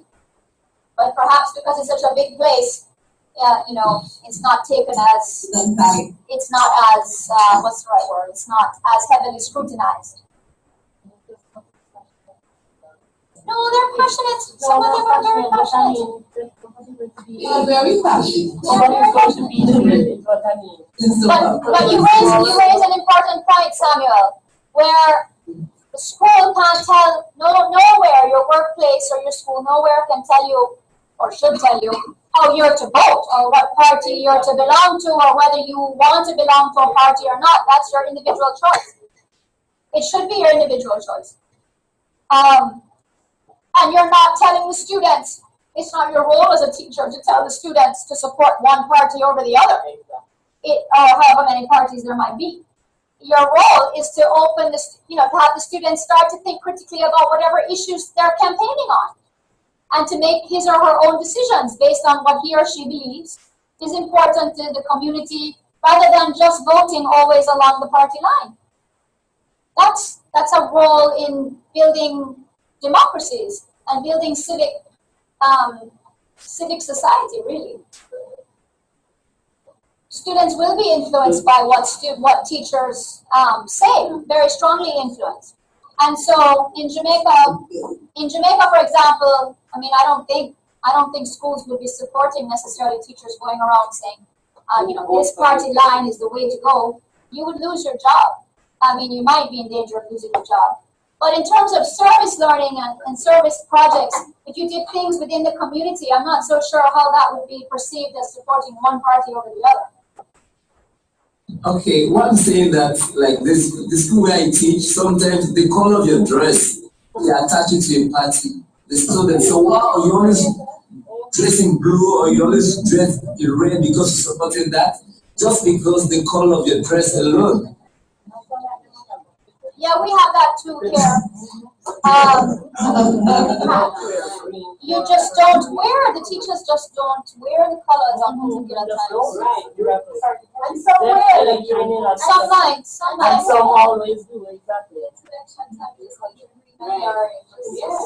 but you know what? Some might, but I don't think they can do that. Why can't they? They're not telling you must wear that color. But sometimes they don't wear that. Yeah, your clothes and you just take one. Sometimes I labeled by the students. Yes, you would be labeled by the students, but you have to use that as an opportunity to teach students. And you're not labeling them, so they mustn't label you. But I'm talking about having the ability, or the ability might not be the right word, but having the freedom or the luxury is not the right word either. But the ability maybe to take a project in the classroom and then take it outside. So simple things like maybe what could you do? It could be a cooking class, and you're cooking things as part of your final exam, and then you take the food, if this is a high school class now, you take the food to a children's home, or you take the food to a old people's home. That's one activity, rather than just eating the food yourself. Right? I go to the cooking example because of the example given earlier. But there would be many other ways. It requires teachers thinking outside the box to perhaps come up with alternative ways of showing that you are doing your projects. But, we tend to do things like, for example, my daughter had to do a book report on a book that she read. She picked a book. She picked Harry Potter, the first one.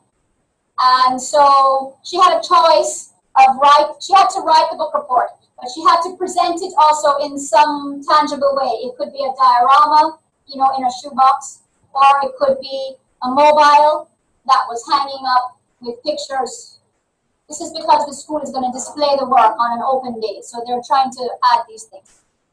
And what she chose to do was she wanted to put it in a bag, so she decorated around the bag with different images from the book, and then inside the bag she put props that would help her tell the story. So, she told the story in her own words about, the main characters. The teacher told them what they wanted in the book report. They wanted the title, the author, the main characters, the setting, the summary of the beginning, the summary of the middle, the summary of the end. Why did they like the book, and who would they recommend it to, and why? That's the template. So she wrote that up. It took a number of days, but she wrote that up, and then she picked things to put in the bag. So she put a chopstick, that's a wooden chopstick that's meant to be a wand.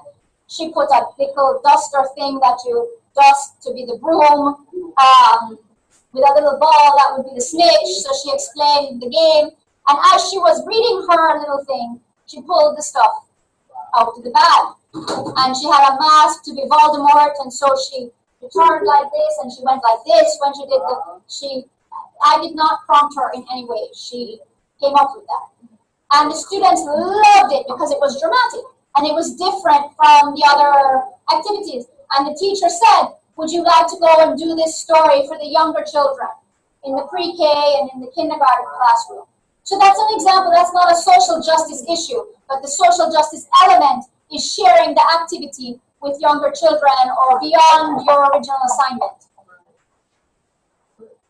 Yeah, it's okay. She's 8. She's 8. But I mean, that book, it's called A Book Report in a Bag. She got that idea because she heard me talk about the book report in a bag, but she had never done it. And she kind of added extra elements with the dramatic of the turning here. So, that's another way to do book reports. But to build in, her teacher hadn't thought of asking the children to go and do the book reports for the younger children until that suggestion was made. She was just trying to get through them doing it for her class. Right. Okay, so let's talk a little bit about elements of building classroom communities. Can you see this screen, everybody? Raise your hand. You're going to see it now. Thank you, Valentine. Can you see it now? Yes? Yes. All right, so we've been talking about why build classroom communities. This is the definition of what is a community. People that live together in a particular area, that have shared interests, that have agreements as to goals. So you can see where classrooms would fit in there, right? They have shared agreements as to goals. What's the role of communities? Depending on what kind, to build and honor family ties, to have a sense of place and memory through traditions and customs, and to base their decisions around shared goals and directions.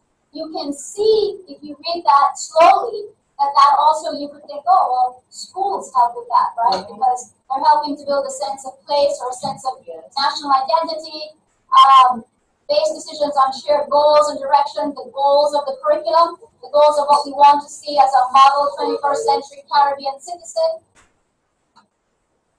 Communities outside of school, this is just a listing of different types of entities that could be considered communities: cultural, ethnic, religious, volunteer, any group or organization that people belong for a reason. What's the impact of communities? Every child is part of a community outside of the school and classroom, just as they are part of the community in the classroom. They don't have any choice they don't choose the community in the classroom, they just get assigned it. They show up and they get placed wherever they're placed. As opposed to outside communities where they might choose to be, they might play football, or they might be of a certain religion and they choose to go to that church, or they choose to join this football team. In classrooms, there isn't always an element of choice where you're placed. School community, what would that include? Expectations and guidelines, whole school assemblies, school-wide programs. In Jamaica, we have school-wide programs around Heritage Week, which we celebrate in October. Perhaps, I'm sure other islands do that too, in a different month, I guess. We do something called Read Across Jamaica Day, where on one day during Education Week in Child Month, which we celebrate in May, we have a month for a lot. Every month is a different thing. May is Child Month. Volunteers going to schools and read across the island, right? So that's an activity of school-wide, nationwide programs, clubs or groups, after-school programs. But importantly, the entire school itself is a community. Or should be, of teachers, students, supervisors, parents, and the staff of the school. The people who are cleaning the school building, the people who are working in the canteen, those people are part of the community too. And they have responsibilities to the students, and the students have responsibilities to them. What can a school community do? What should it do? It should help students to grow, learn, collaborate through set expectations and rules. Everyone benefits when it's clear that as a community, each person has concern for the rest of their members. Right? That there's tolerance, I keep repeating that word, that there's respect. So in a classroom, what are elements of a classroom community? There would be classroom rules and expectations. Oftentimes, more and more, teachers set those rules and expectations with their students in the beginning of the school year. There's collaborative work. There's routines. There have to be routines. Without routines, there's chaos. The children learn where to put their work. When they bring it in, they everybody knows where they're sitting, they don't change their seats every day, right? Those are two simple examples. That there's cultural awareness and acceptance, again, tolerance. The classroom is a critical community because students and their teachers work together to set expectations. They should, work together to set expectations, goals, and traditions. Every child should feel that he or she is part of the community and that they have a voice in events that occur within the classroom. That becomes even more important if they're living in a home life that's not stable. So the school, in the same way that the school may be the only source for some children of a regular meal, if they're on a feeding program and they get a cooked meal, that might be the one cooked meal they get for the day, and that's a reality for some children. It may be the place where they can feel secure in a community. And if the school doesn't provide that and they don't have that in their homes, then what's happening to the child?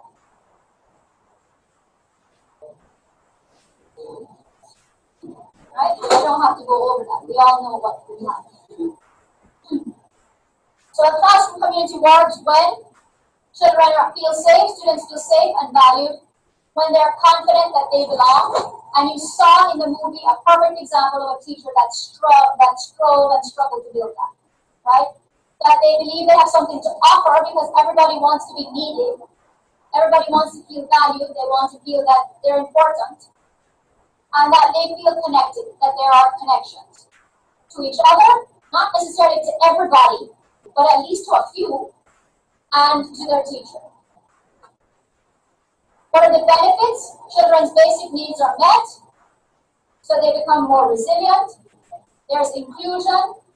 They're exposed to lessons in positive values, respect, and responsibility. This is elements of social justice now. They're learning patience and that relationships can be positive. And when that happens, a child's social, emotional, and academic competence is strengthened. That's why a classroom community is important. There's a quote. Can somebody else volunteer to read that for me? Like my voice can take away. Somebody who hasn't spoken, Ricardo, you want to read it loudly, please? No, Dina has spoken. Alyssa has spoken. Go ahead, Sonia, loudly. Improving teacher-student relationships is only the first step towards meeting students' emotional and relational needs. A teacher should also work on producing a caring community of learners. Such efforts improve the nature of interactions among students and promote students' engagement in school. Thank you. More benefits. If students participate in a classroom community, they tend to be more concerned about others. They tend to be more skilled at conflict resolution. The classroom community meets the human need to bond with other people, and it's an anti-bullying environment.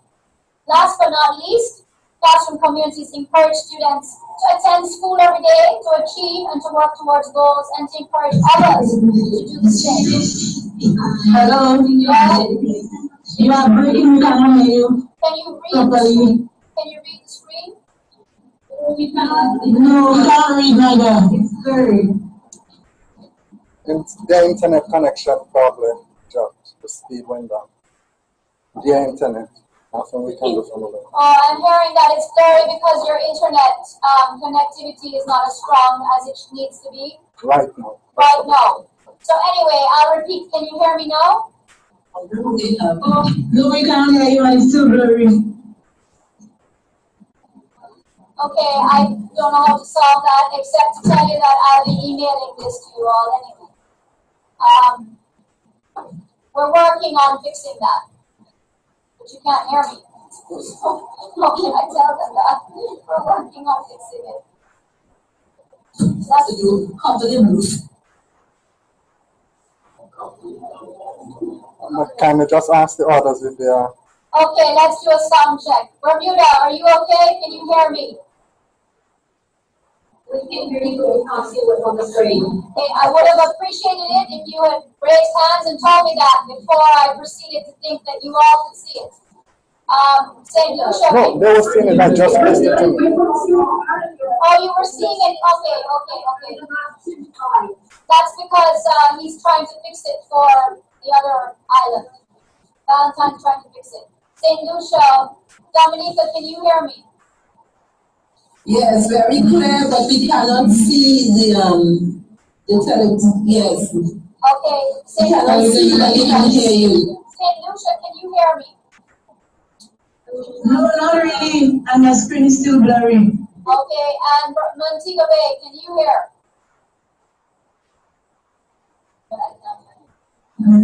Yes, I can hear you. Okay, that's great. All right. So everybody can hear, but they can't really see. But St. Lucia can't see. Let me go back. This is at the end of the presentation anyway of the PowerPoint. I will send the PowerPoint to all of you anyway tomorrow, so you'll be able to read it. But I'm just making a few points about classroom communities. One of them is that they help to build student motivation. Student motivation is very important to student achievement. They also build an appreciation for collaboration. That's what the slide is saying. Now, what I would like to ask each of you to do, I'm going to take this off.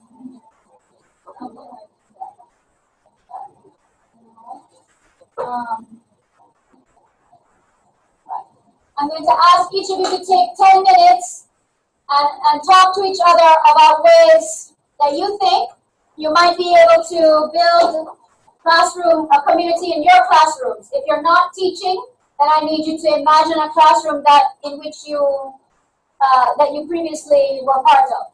So take a couple minutes. I'm going to give you 5 to 10 minutes to come up with 3 ways that you would build classroom community. It can include the environment of the classroom. It can include strategies the teacher might use. You can play with it.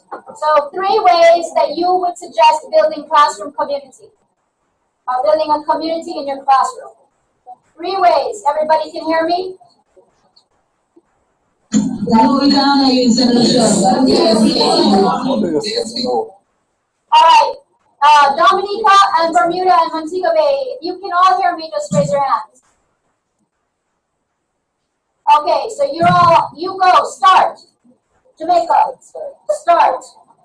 This is one group, that's another group, that's another group. What do I do about solutions? That's the group in the corner? Yeah. That email them? Yes, probably.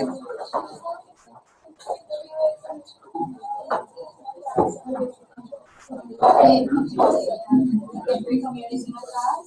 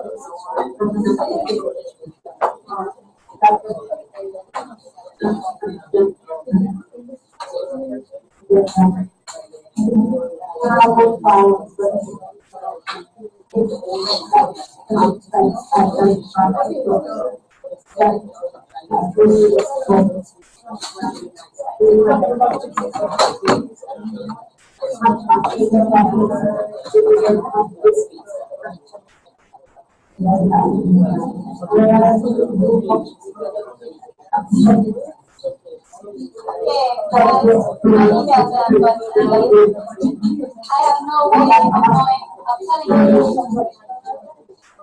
Yes,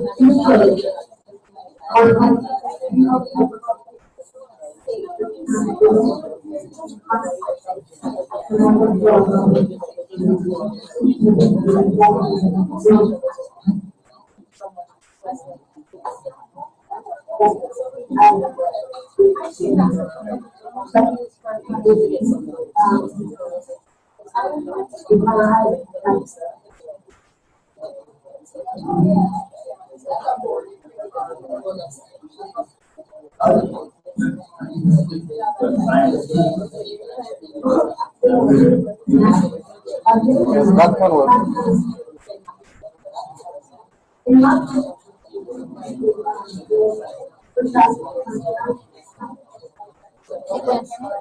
No, but it's probably possible that it will type it. A lot of this things are not same. But if it's there alone, energy, it has to be something via communication. Because the others are working. Vernon, are you there? Hi, Vernon. Can you hear me? No? Vernon? There's no way for me to do this there. It's so hard to push like this.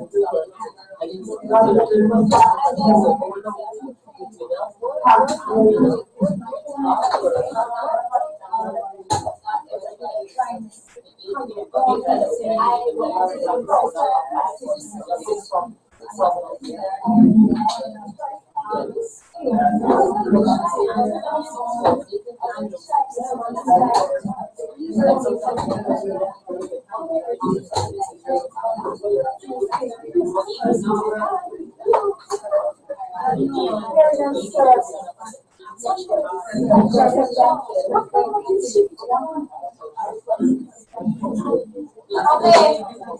You guys are free? She said three, and that's why also you have one and you have one. Yeah, you have three. You guys are free?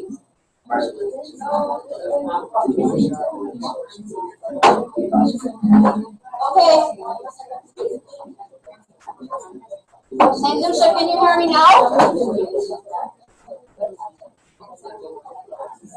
They can't hear me, they should just come here. St. Lucia? St. Lucia, can you hear us now? Okay, I also, did you get the email that I sent telling you what we were trying to do? St. Lucia?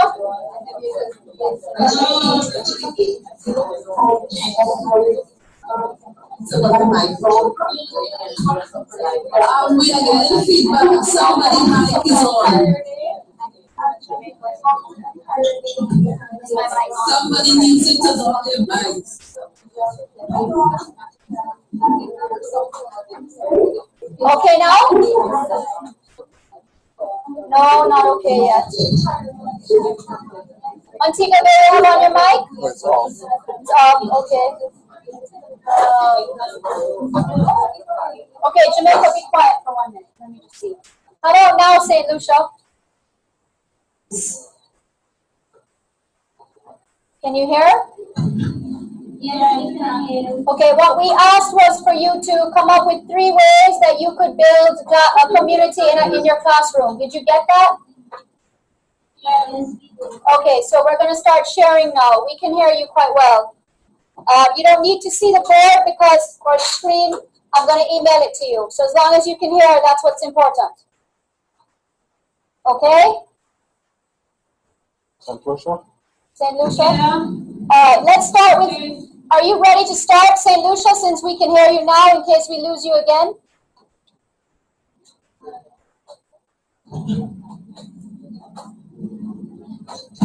Can you give us 3 ways?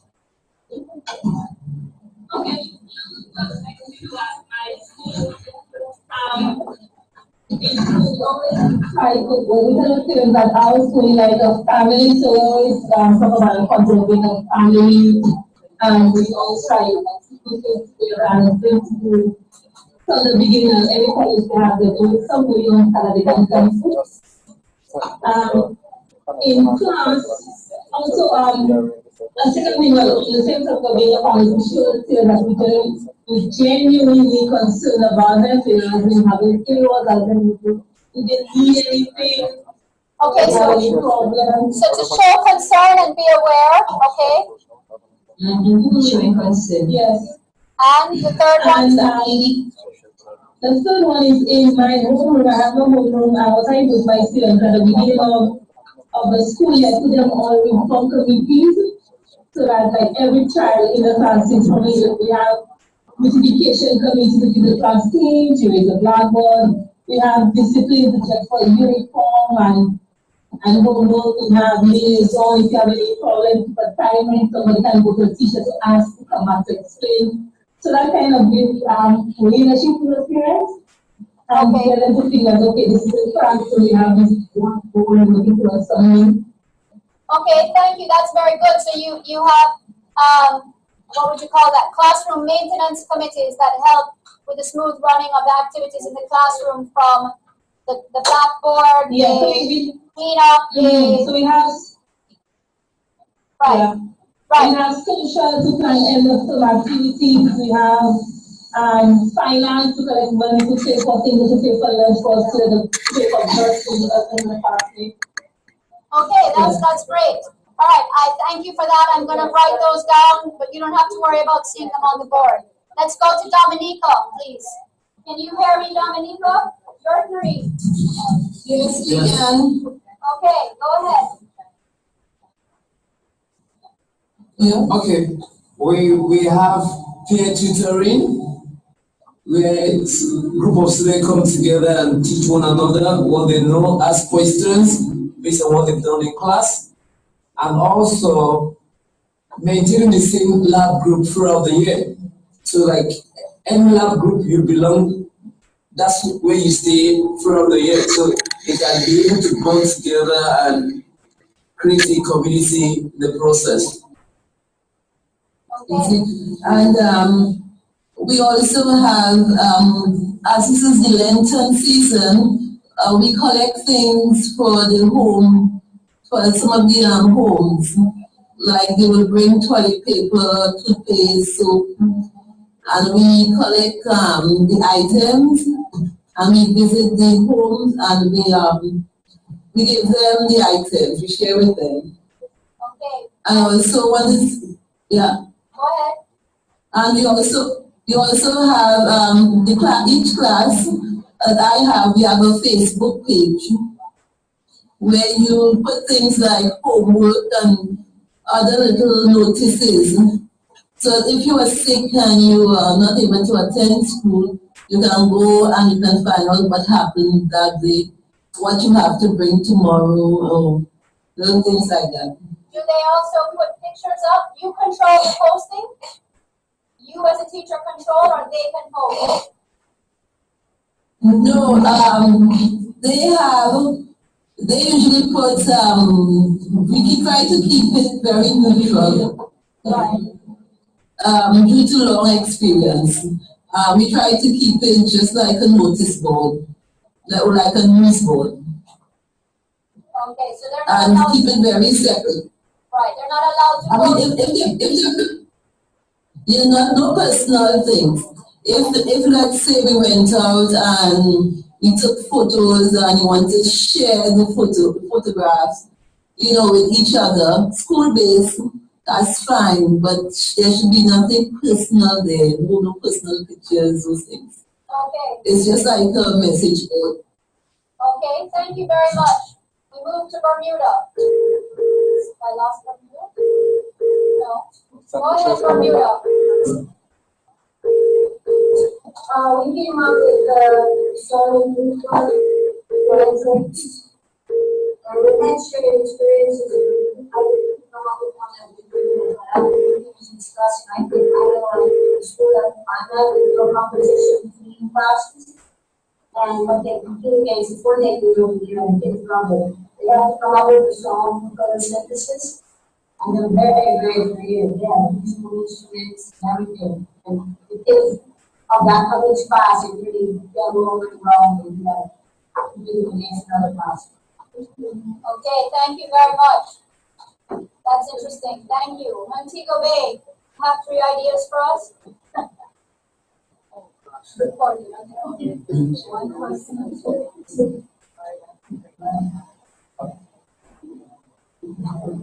Hi, Montego Bay. Hi. Are you hearing me now? Yes. Okay.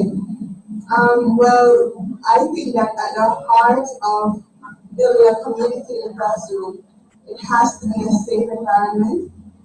And so, as a teacher, you create an environment where every opinion matters.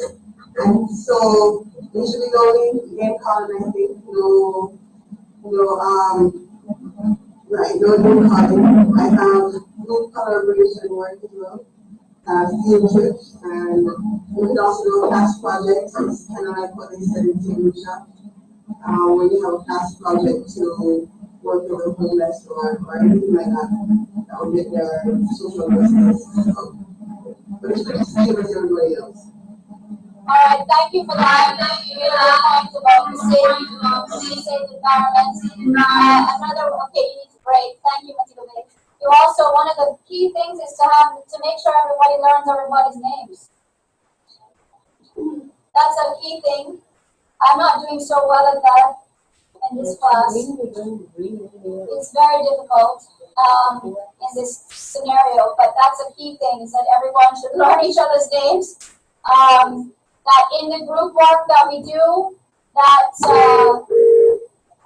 you try to mix and match so that students work with each other, but not always in the same groups. Another way is to post pictures or put up children's work. Let me not give away anymore. Let's go to Jamaica. Is everybody back? Is everybody there? Yes, they can actually see, but Greg is working on. I can't see them, but they can see us. Yes. All right, then let's go to Jamaica in the interest of time. Let's start from the back, coming forward. Sonia, we were thinking of a community of care, right, where we identify ourselves as being that kind of a community. And because of the differences that each one has within our community, everyone will have the opportunity to play their roles. And in caring at the classroom level, and then taking it to the wider school, and community, wider school and wider school community, that is what we would be known to do. So we would think about projects of speak up learning, project-based learning. Exactly, yes, project-based. So projects like we would go out to the infirmary, we go out to the wider community and show, acts of caring, acts of empathy. Because we're care, we're primarily about care, right? And in so doing, as I said before, the diversities would be great because leadership would emerge, communication skills would emerge. What's that other word? Right. And creativity, leadership, communication skills, and then there would be a sense of community. Everyone feels involved, like part of the process. It's important to know that unlike the teacher in the movie, Mrs. G, she had her own classroom. It was only her teaching in that classroom, so she was able to also look at the physical space of plants and posters.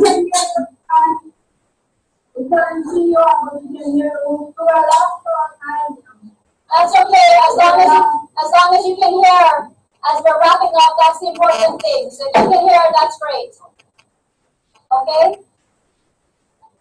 I was just saying that not all teachers have the opportunity, like the teacher in the film, to be able to deck out her classroom, with curtains and plants and whatever else she had in there, because it was only her teaching in that classroom.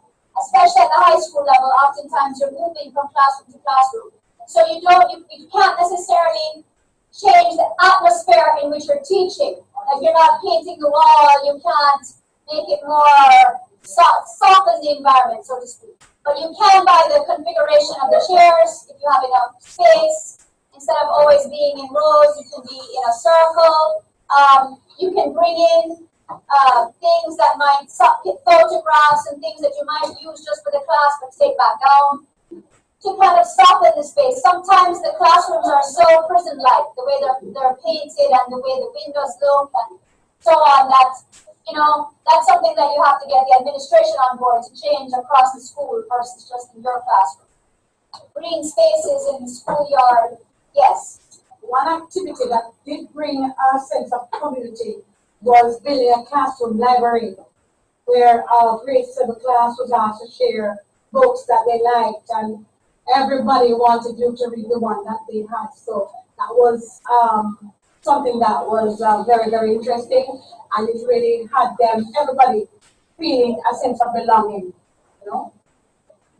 Right, that's a good point. Thank you very much. Let's move forward to the next row, Delia, and then you had more, Sonia? I was just thinking about a different situation, a real life situation, where a classroom community was built. But go ahead. Okay, well, it was in a master's program where the students came from across Jamaica. They had different backgrounds, and they were serving in different capacities. The leadership and management program. And some were classroom teachers, some were leaders in their respective institutions. And there was one particular lecturer, professor, who really developed a love for the class because he was not from the country. And so he felt a sense of, I belong here, and everybody. So everybody was flowing into him, and he was flowing into everybody. So all the diversity, all the persons in the class, the diversity, he pulled it together and formed an organization out of it. And he actually wrote to the university administrators and changed parts of the curriculum to facilitate the class going into another country and studying education, leadership and management across the system, from the elementary level right up to the university level, and held classes at 2 top universities in England. And out of that now is formed an organization, a leadership organization, and a conference will be coming up this August, and it will be the first big conference. But since the organization, there has been 2 public lecture sessions on leadership and management. And everybody within the group well, some people serve as PR, some people serve as membership managers and so on, and they It's basically like an NGO or sort of just came out of the class. Just came out of the class, and basically, if you want us to, well, people, if you want them to come into your class and teach on leadership or lecture on leadership or to help to empower the principals, the teachers, they are willing to go and do this. So I just wanted to share that kind of a community coming out of just that simple class initiative. That's great. Thank you for that. Yeah, and the idea of a group of people. And they work to make it happen. And what was interesting, because we talk about the space, the physical space, it operates virtually because most things now are operating virtually. So that organization operates virtually at the moment. Right. Yeah, well, that has changed the way we teach and the way we communicate. So, last 2 points. Celia. All right. We decided to establish communication outside of the school. So if somebody is absent from class, you should be able to communicate why were you absent and so on. Especially for the students who you see less of them for the week or so. Also, we also highlighted the fact that we need to know their strengths and share it in the classroom. So if one person doesn't understand something, they can always go to somebody else in the class and ask about it. Okay, thank you. Last but not least. Okay. So one way we have is to put students work in groups and assign different roles to group members. So it will be rotated, the roles will be rotated on a monthly basis. And so you'll have one president of the group, one secretary, one what we're calling a reporter. And so whatever subject you're teaching, many of the assignments will be given in group as report. They'll work in groups and they perform their different roles. And then the role of the secretary is to make notes about how the group is performing. The way of the reporter is to present to the class what the group did, the progress that was made, what are their thoughts, that kind of thing. So that's good work. But building in leadership skills. Right, and those will be rotated so nobody will feel like, oh, Jenny is always the president, I am always the secretary. Another way is to take students outside, have them, on field trips, right, engineer said that too. Right, remind them of important dates or important people to your subject. So say, for example, saying you're teaching geography. Remind the students, okay, there's a lunar eclipse coming up, plan it, mark the date, we all have an event, we go outside, we look at it, that kind of thing. If you're teaching French, the French national holidays, you cook their food, you wear the colors, that kind of thing. Right, and a third way is to just have like a birthday chart, celebrate birthdays. You may not buy gifts, but you say happy birthday, you say happy birthday to the person, make cards, right, and so that way it's right. And so if the birthdays don't fall in the school year, you can celebrate their half birthday. Yeah. Right. So that's also good. Okay, that's very good. Thank you all for sharing. There are some others that I had noted, which you will see when I send the PowerPoint. But it all has to do with coming up with creative ways to build working together as part of your teaching and learning, and ensuring that in that working together, important concepts and notions of respect and tolerance are embedded. So part of our job as teachers is to provide structures and opportunities by which students can help and support one another in whatever we're teaching. So that's really the essence of building community in the classroom, and also really of teaching for social justice. So next week, we're going to be looking at critical pedagogy, and I hope you can all hear me. So in the lecture schedule, you have 3 things to read. One chapter from Paulo Freire's seminal book called Pedagogy of the Oppressed. A chapter from Bell Hooks' book called Engaged Pedagogy, which is about teaching for self-actualization. And then 2 articles, 4, by Deborah Meyer, which is on on ways that she herself has led school reform in New York City. Okay? And then on that day, I will also introduce the case studies that each country will get. Jamaica, you'll probably get 2, because you're a larger group. One of you will get one, half of you will get the other. These case studies are going to be used on April. Let me look at, make sure I have the right dates and not tell you the wrong date.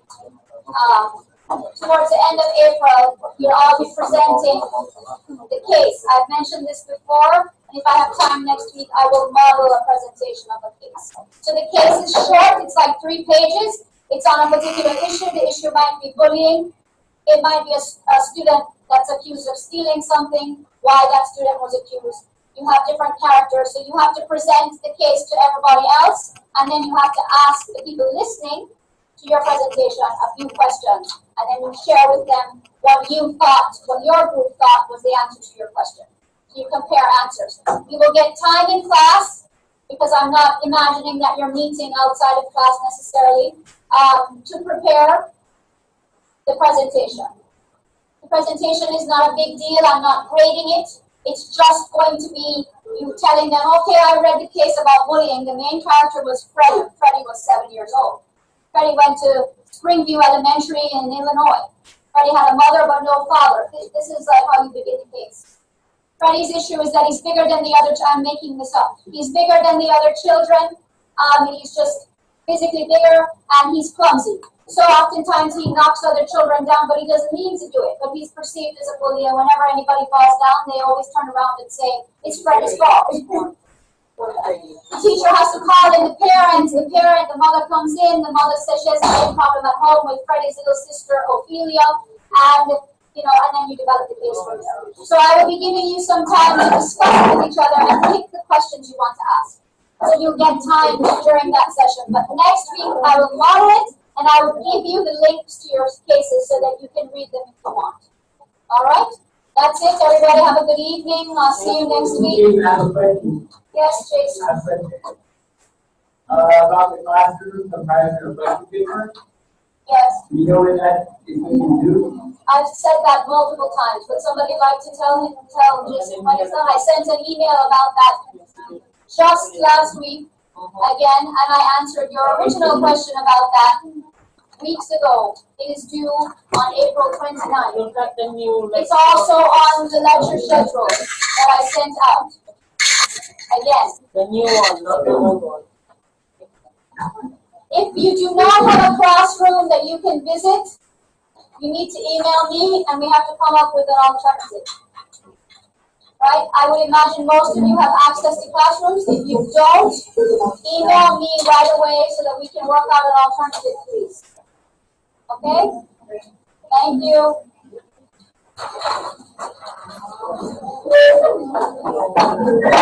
you.